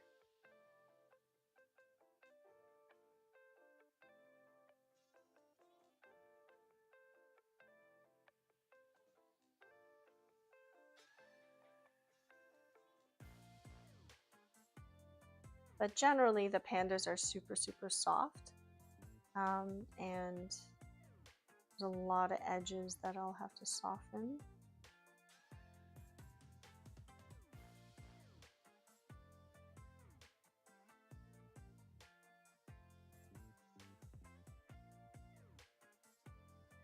But like, I'm getting some bleed, which is nice. Like, I did want the black to kind of blend together. So I can go in and darken it again.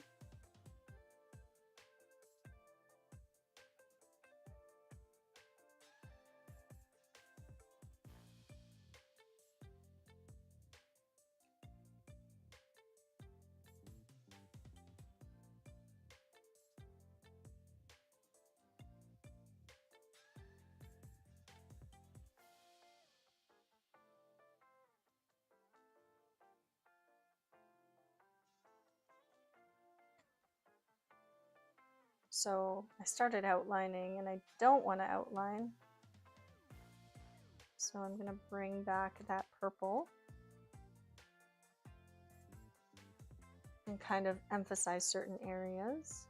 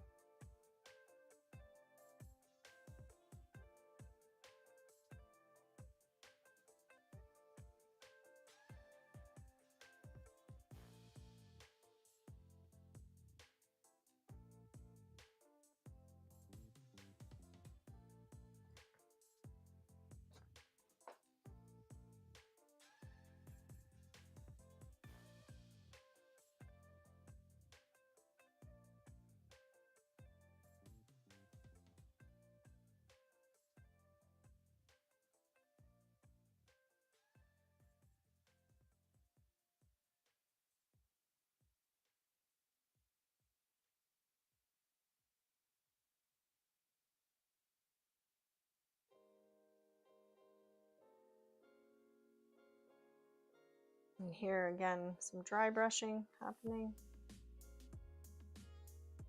And I do want to make the edges a little bit darker, like that wet on wet technique.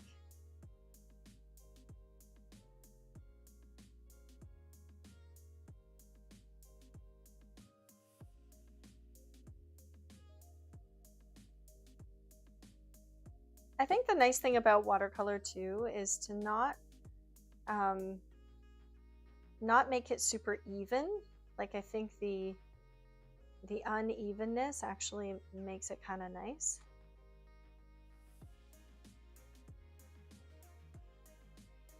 And then the rest I'm going to put in some greens for the bamboo.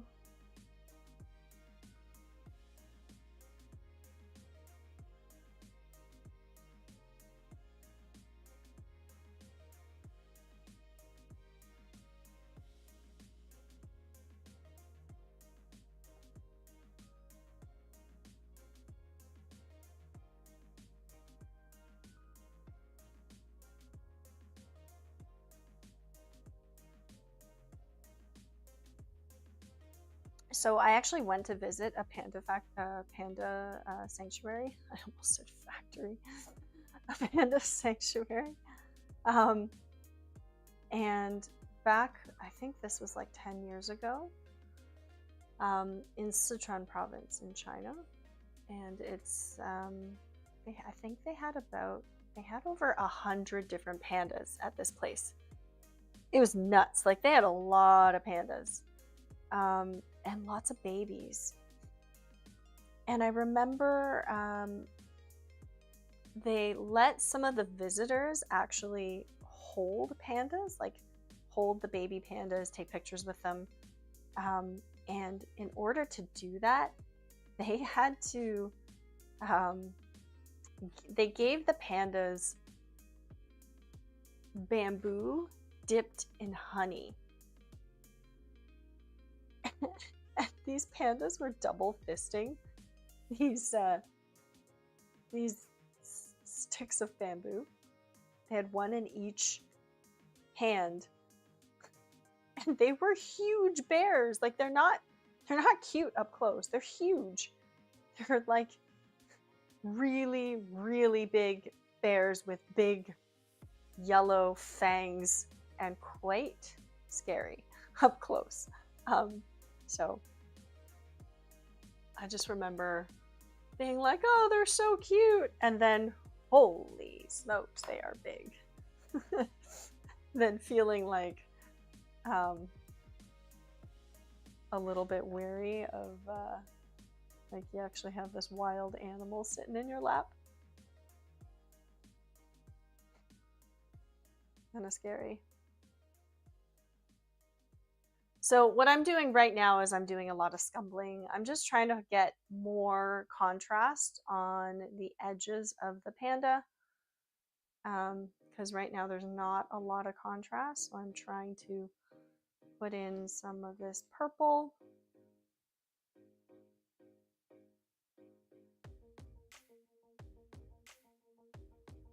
And trying to get in a little bit more contrast.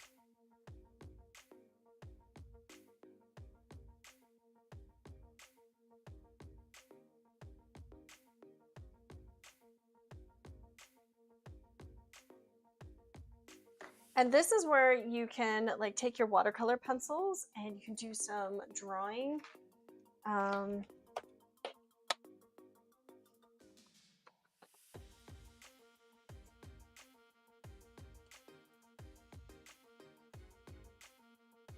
Like for the bamboo, I feel like I'm not a huge fan of the green. I actually don't really like it at the bottom. But there's no Control Z, guys.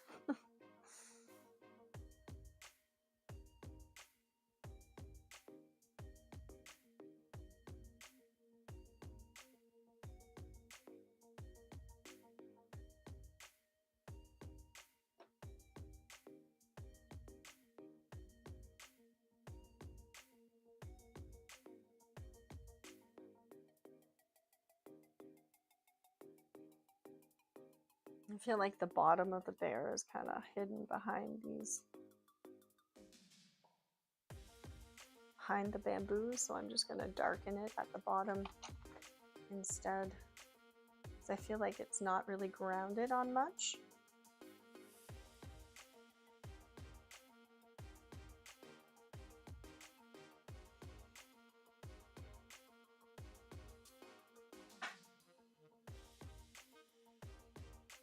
Go.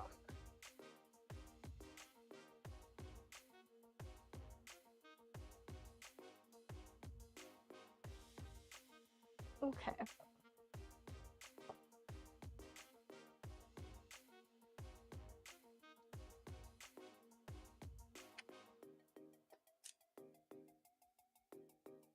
Oh no, my paper is tearing. It's because I didn't let it dry. I'm in a bit of a rush. But I kind of like the fuzzy edge a little bit. It's kind of nice. Okay. So there's the second piece.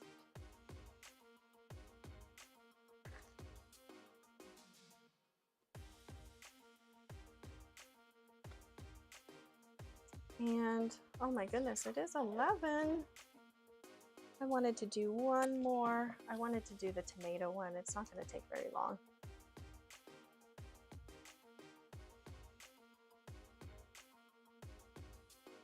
I have to do one that's punny.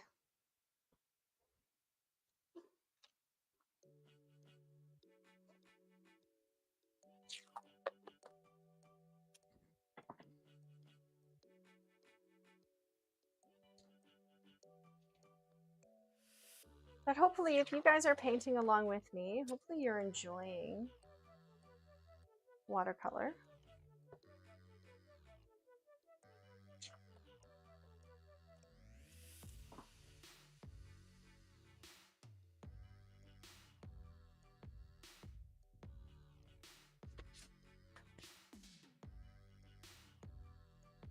So, you know what, for this one, I'm going to do a horizontal.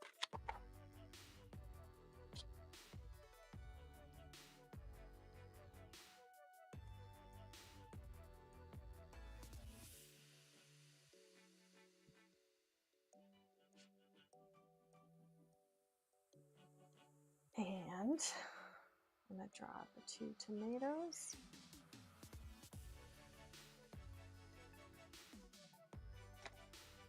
Pretty simple, just circles. And for this one, it's going to be pretty much dry on, like wet on dry.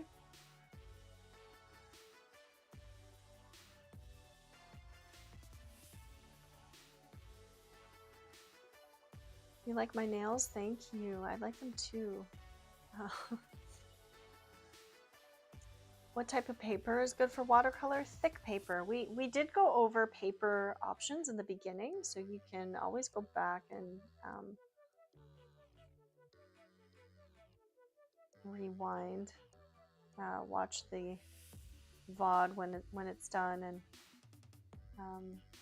take a look at the watercolor paper. But generally, like any type of watercolor paper that's thick will work just fine. I am using Canson watercolor paper, and it's like a nice thick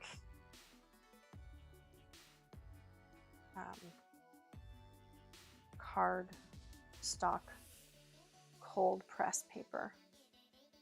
Like it's as thick as cardstock, but it has texture, which is very nice.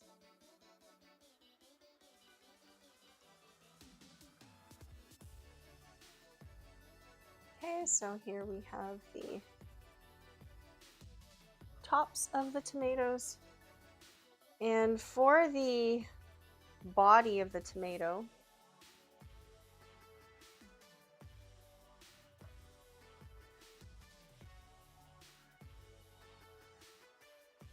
it is possible to do wet on dry and paint the entire thing. You just have to be really quick about it. You have to be quick. So Usually I prefer to put some water down first, only because it just ensures that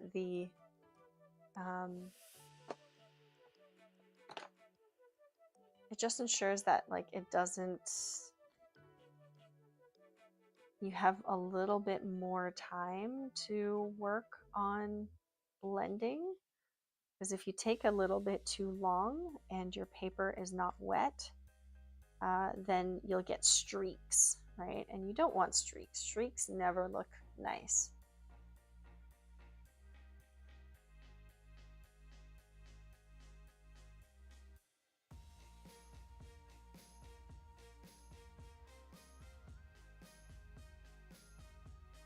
So here I'm just going to be really careful around that green edge.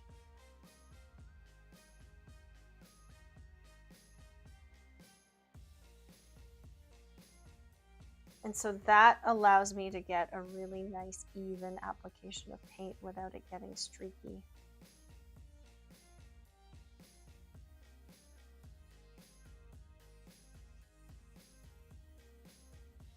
And same thing, just put down a little bit of water.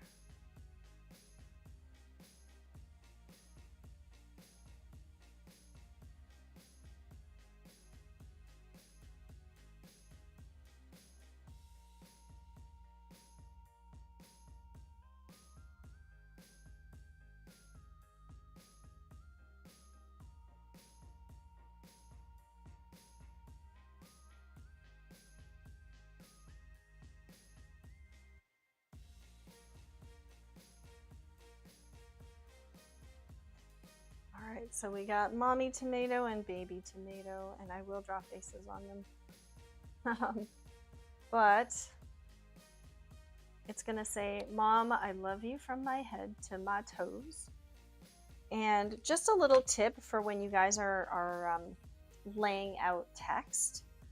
I did change the layout a little bit for this. So the best thing to do when it comes to text is just to kind of draw guidelines for yourself. So here I'm just going to draw some curved guidelines.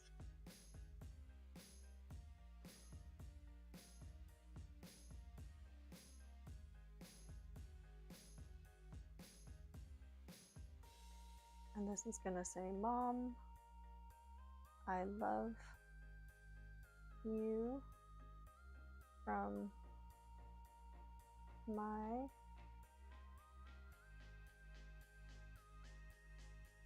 head to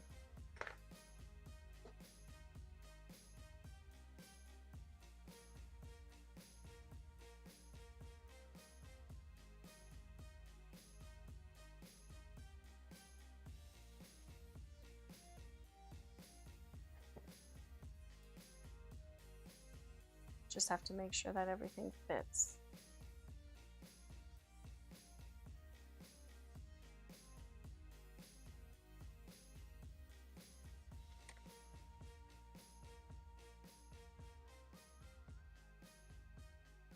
And then move this over.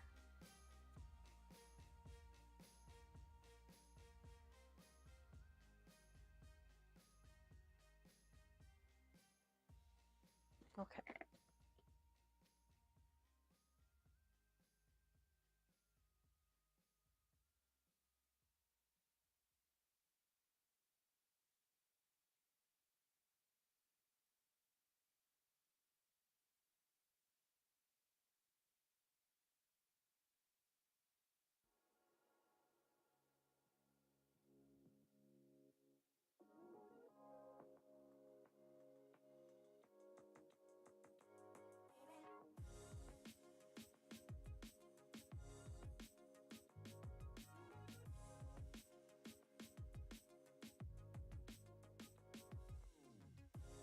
All right, so I'm just gonna let that dry and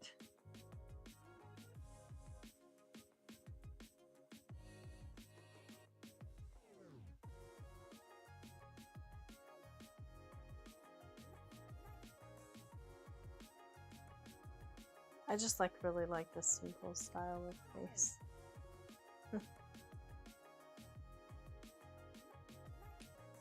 And because the tomatoes are red already, like, can I give it blush? I don't know. Yes, I can. Red on red, it works.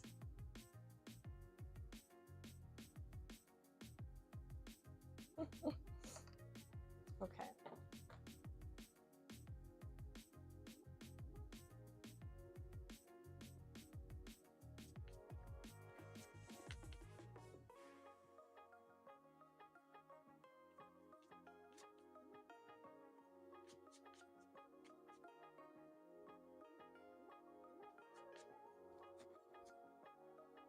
All right.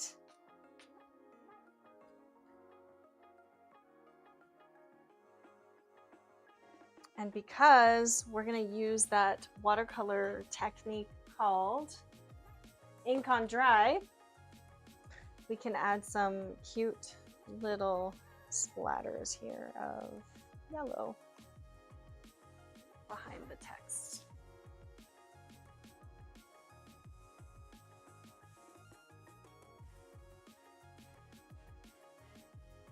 Like,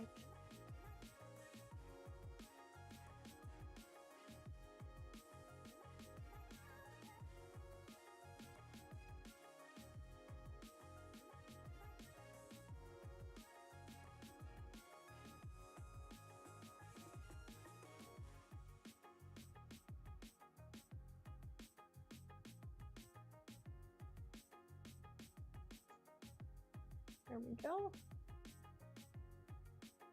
And that's it, guys. Cardstock paper is not good, no, because cardstock paper is not absorbent.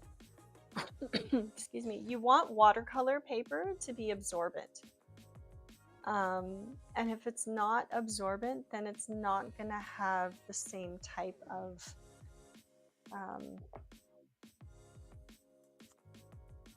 I guess like the same type of quality.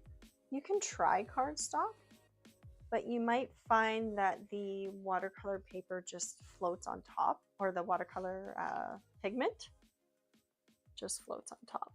I mean, which is okay, right? It's really it's probably fine. Use what you have. But the watercolor paper that I'm using right now is this watercolor paper. It's just Canson watercolor paper pad, and it's pretty affordable. It's a student grade type of paper. So there we go. Hopefully you will be able to create some cute little watercolor cards for your mom or for yourself, and have fun playing with watercolor. I will be taking the tape off of my chart to show you guys.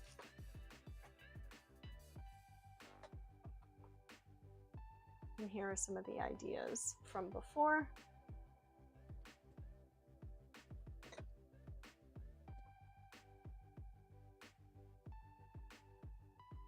But this was our fun chart. Just to review, if you guys joined later on, these are some of the cool things that you can do with watercolor. And making one of these charts for yourself is good, because then you will remember some of these techniques. And yeah, my tape is very old, so it's kind of like lifting up the paper. But what you could do to prevent tears is use a hair dryer. And the hair dryer should lift the glue so that it doesn't tear the paper.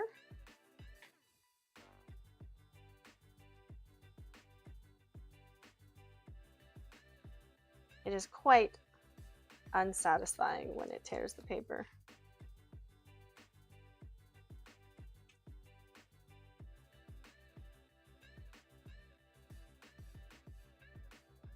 But the other technique that some people sometimes use is masking fluid. And Personally, I hate masking fluid. I think that it's really, it's kind of like rubber cement. So you put it down and then you paint on top of it and then you rub it off. I've tried it before. I really dislike it. But some people really, I mean, some people like it. I would just rather use resist. Like, I would just rather use crayon than masking fluid. Let me know in the chat if you've used masking fluid and if you like it, but I personally really disliked it. So I didn't even include it in my chart. I don't actually own masking fluid, but you can use rubber cement as well. Rubber cement works just as good as masking fluid. It essentially becomes rubber, which then resists the water. And it has the same effect as wax resist.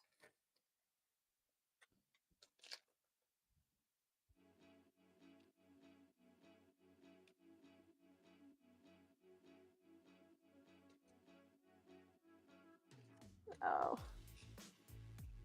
it's ripping my paper. I would say use tape that is not old. This is like Scotch brand tape too, so it's like the good stuff, but it's ripping some of my paper. But anyway, there you go. We did 12 little watercolor techniques and some cards. Hope you guys had fun and hope that you get to delight your mother on Mother's Day. But yeah, we will be streaming again, digital stuff, this coming Saturday and Sunday. But if you were tuning in and you're here for the first time, our mission at Wing Canvas is to make art education easily accessible to everyone. So join us for free live stream lessons every week, because we're not just a YouTube channel, we are also a school of illustration, helping art nerds turn their passion into income. So shout out to our amazing students and members for supporting our mission. We love seeing your incredible artwork and watching your skills improve in classes and weekly critiques. If you're an art nerd, be sure to join our Discord, where you can find our notes and artwork from our streams, as well as art challenges and other resources to help you improve as an artist. Watercolor is great for illustrating this month's challenge, which is Marvelous Maps, I think. Something maps, mysterious maps. And I've seen a lot of wonderful submissions, which we will feature some of them in the next stream. I wanted to make sure that we have we had a lot of time to do our watercolor exercises today. And again, yeah, if you want to see part 2, I will probably be painting some landscapes and showing you my process for using watercolor and ways to sketch really, really quickly. But yeah, have a great night, guys, and thanks for joining me. Bye, see you next time.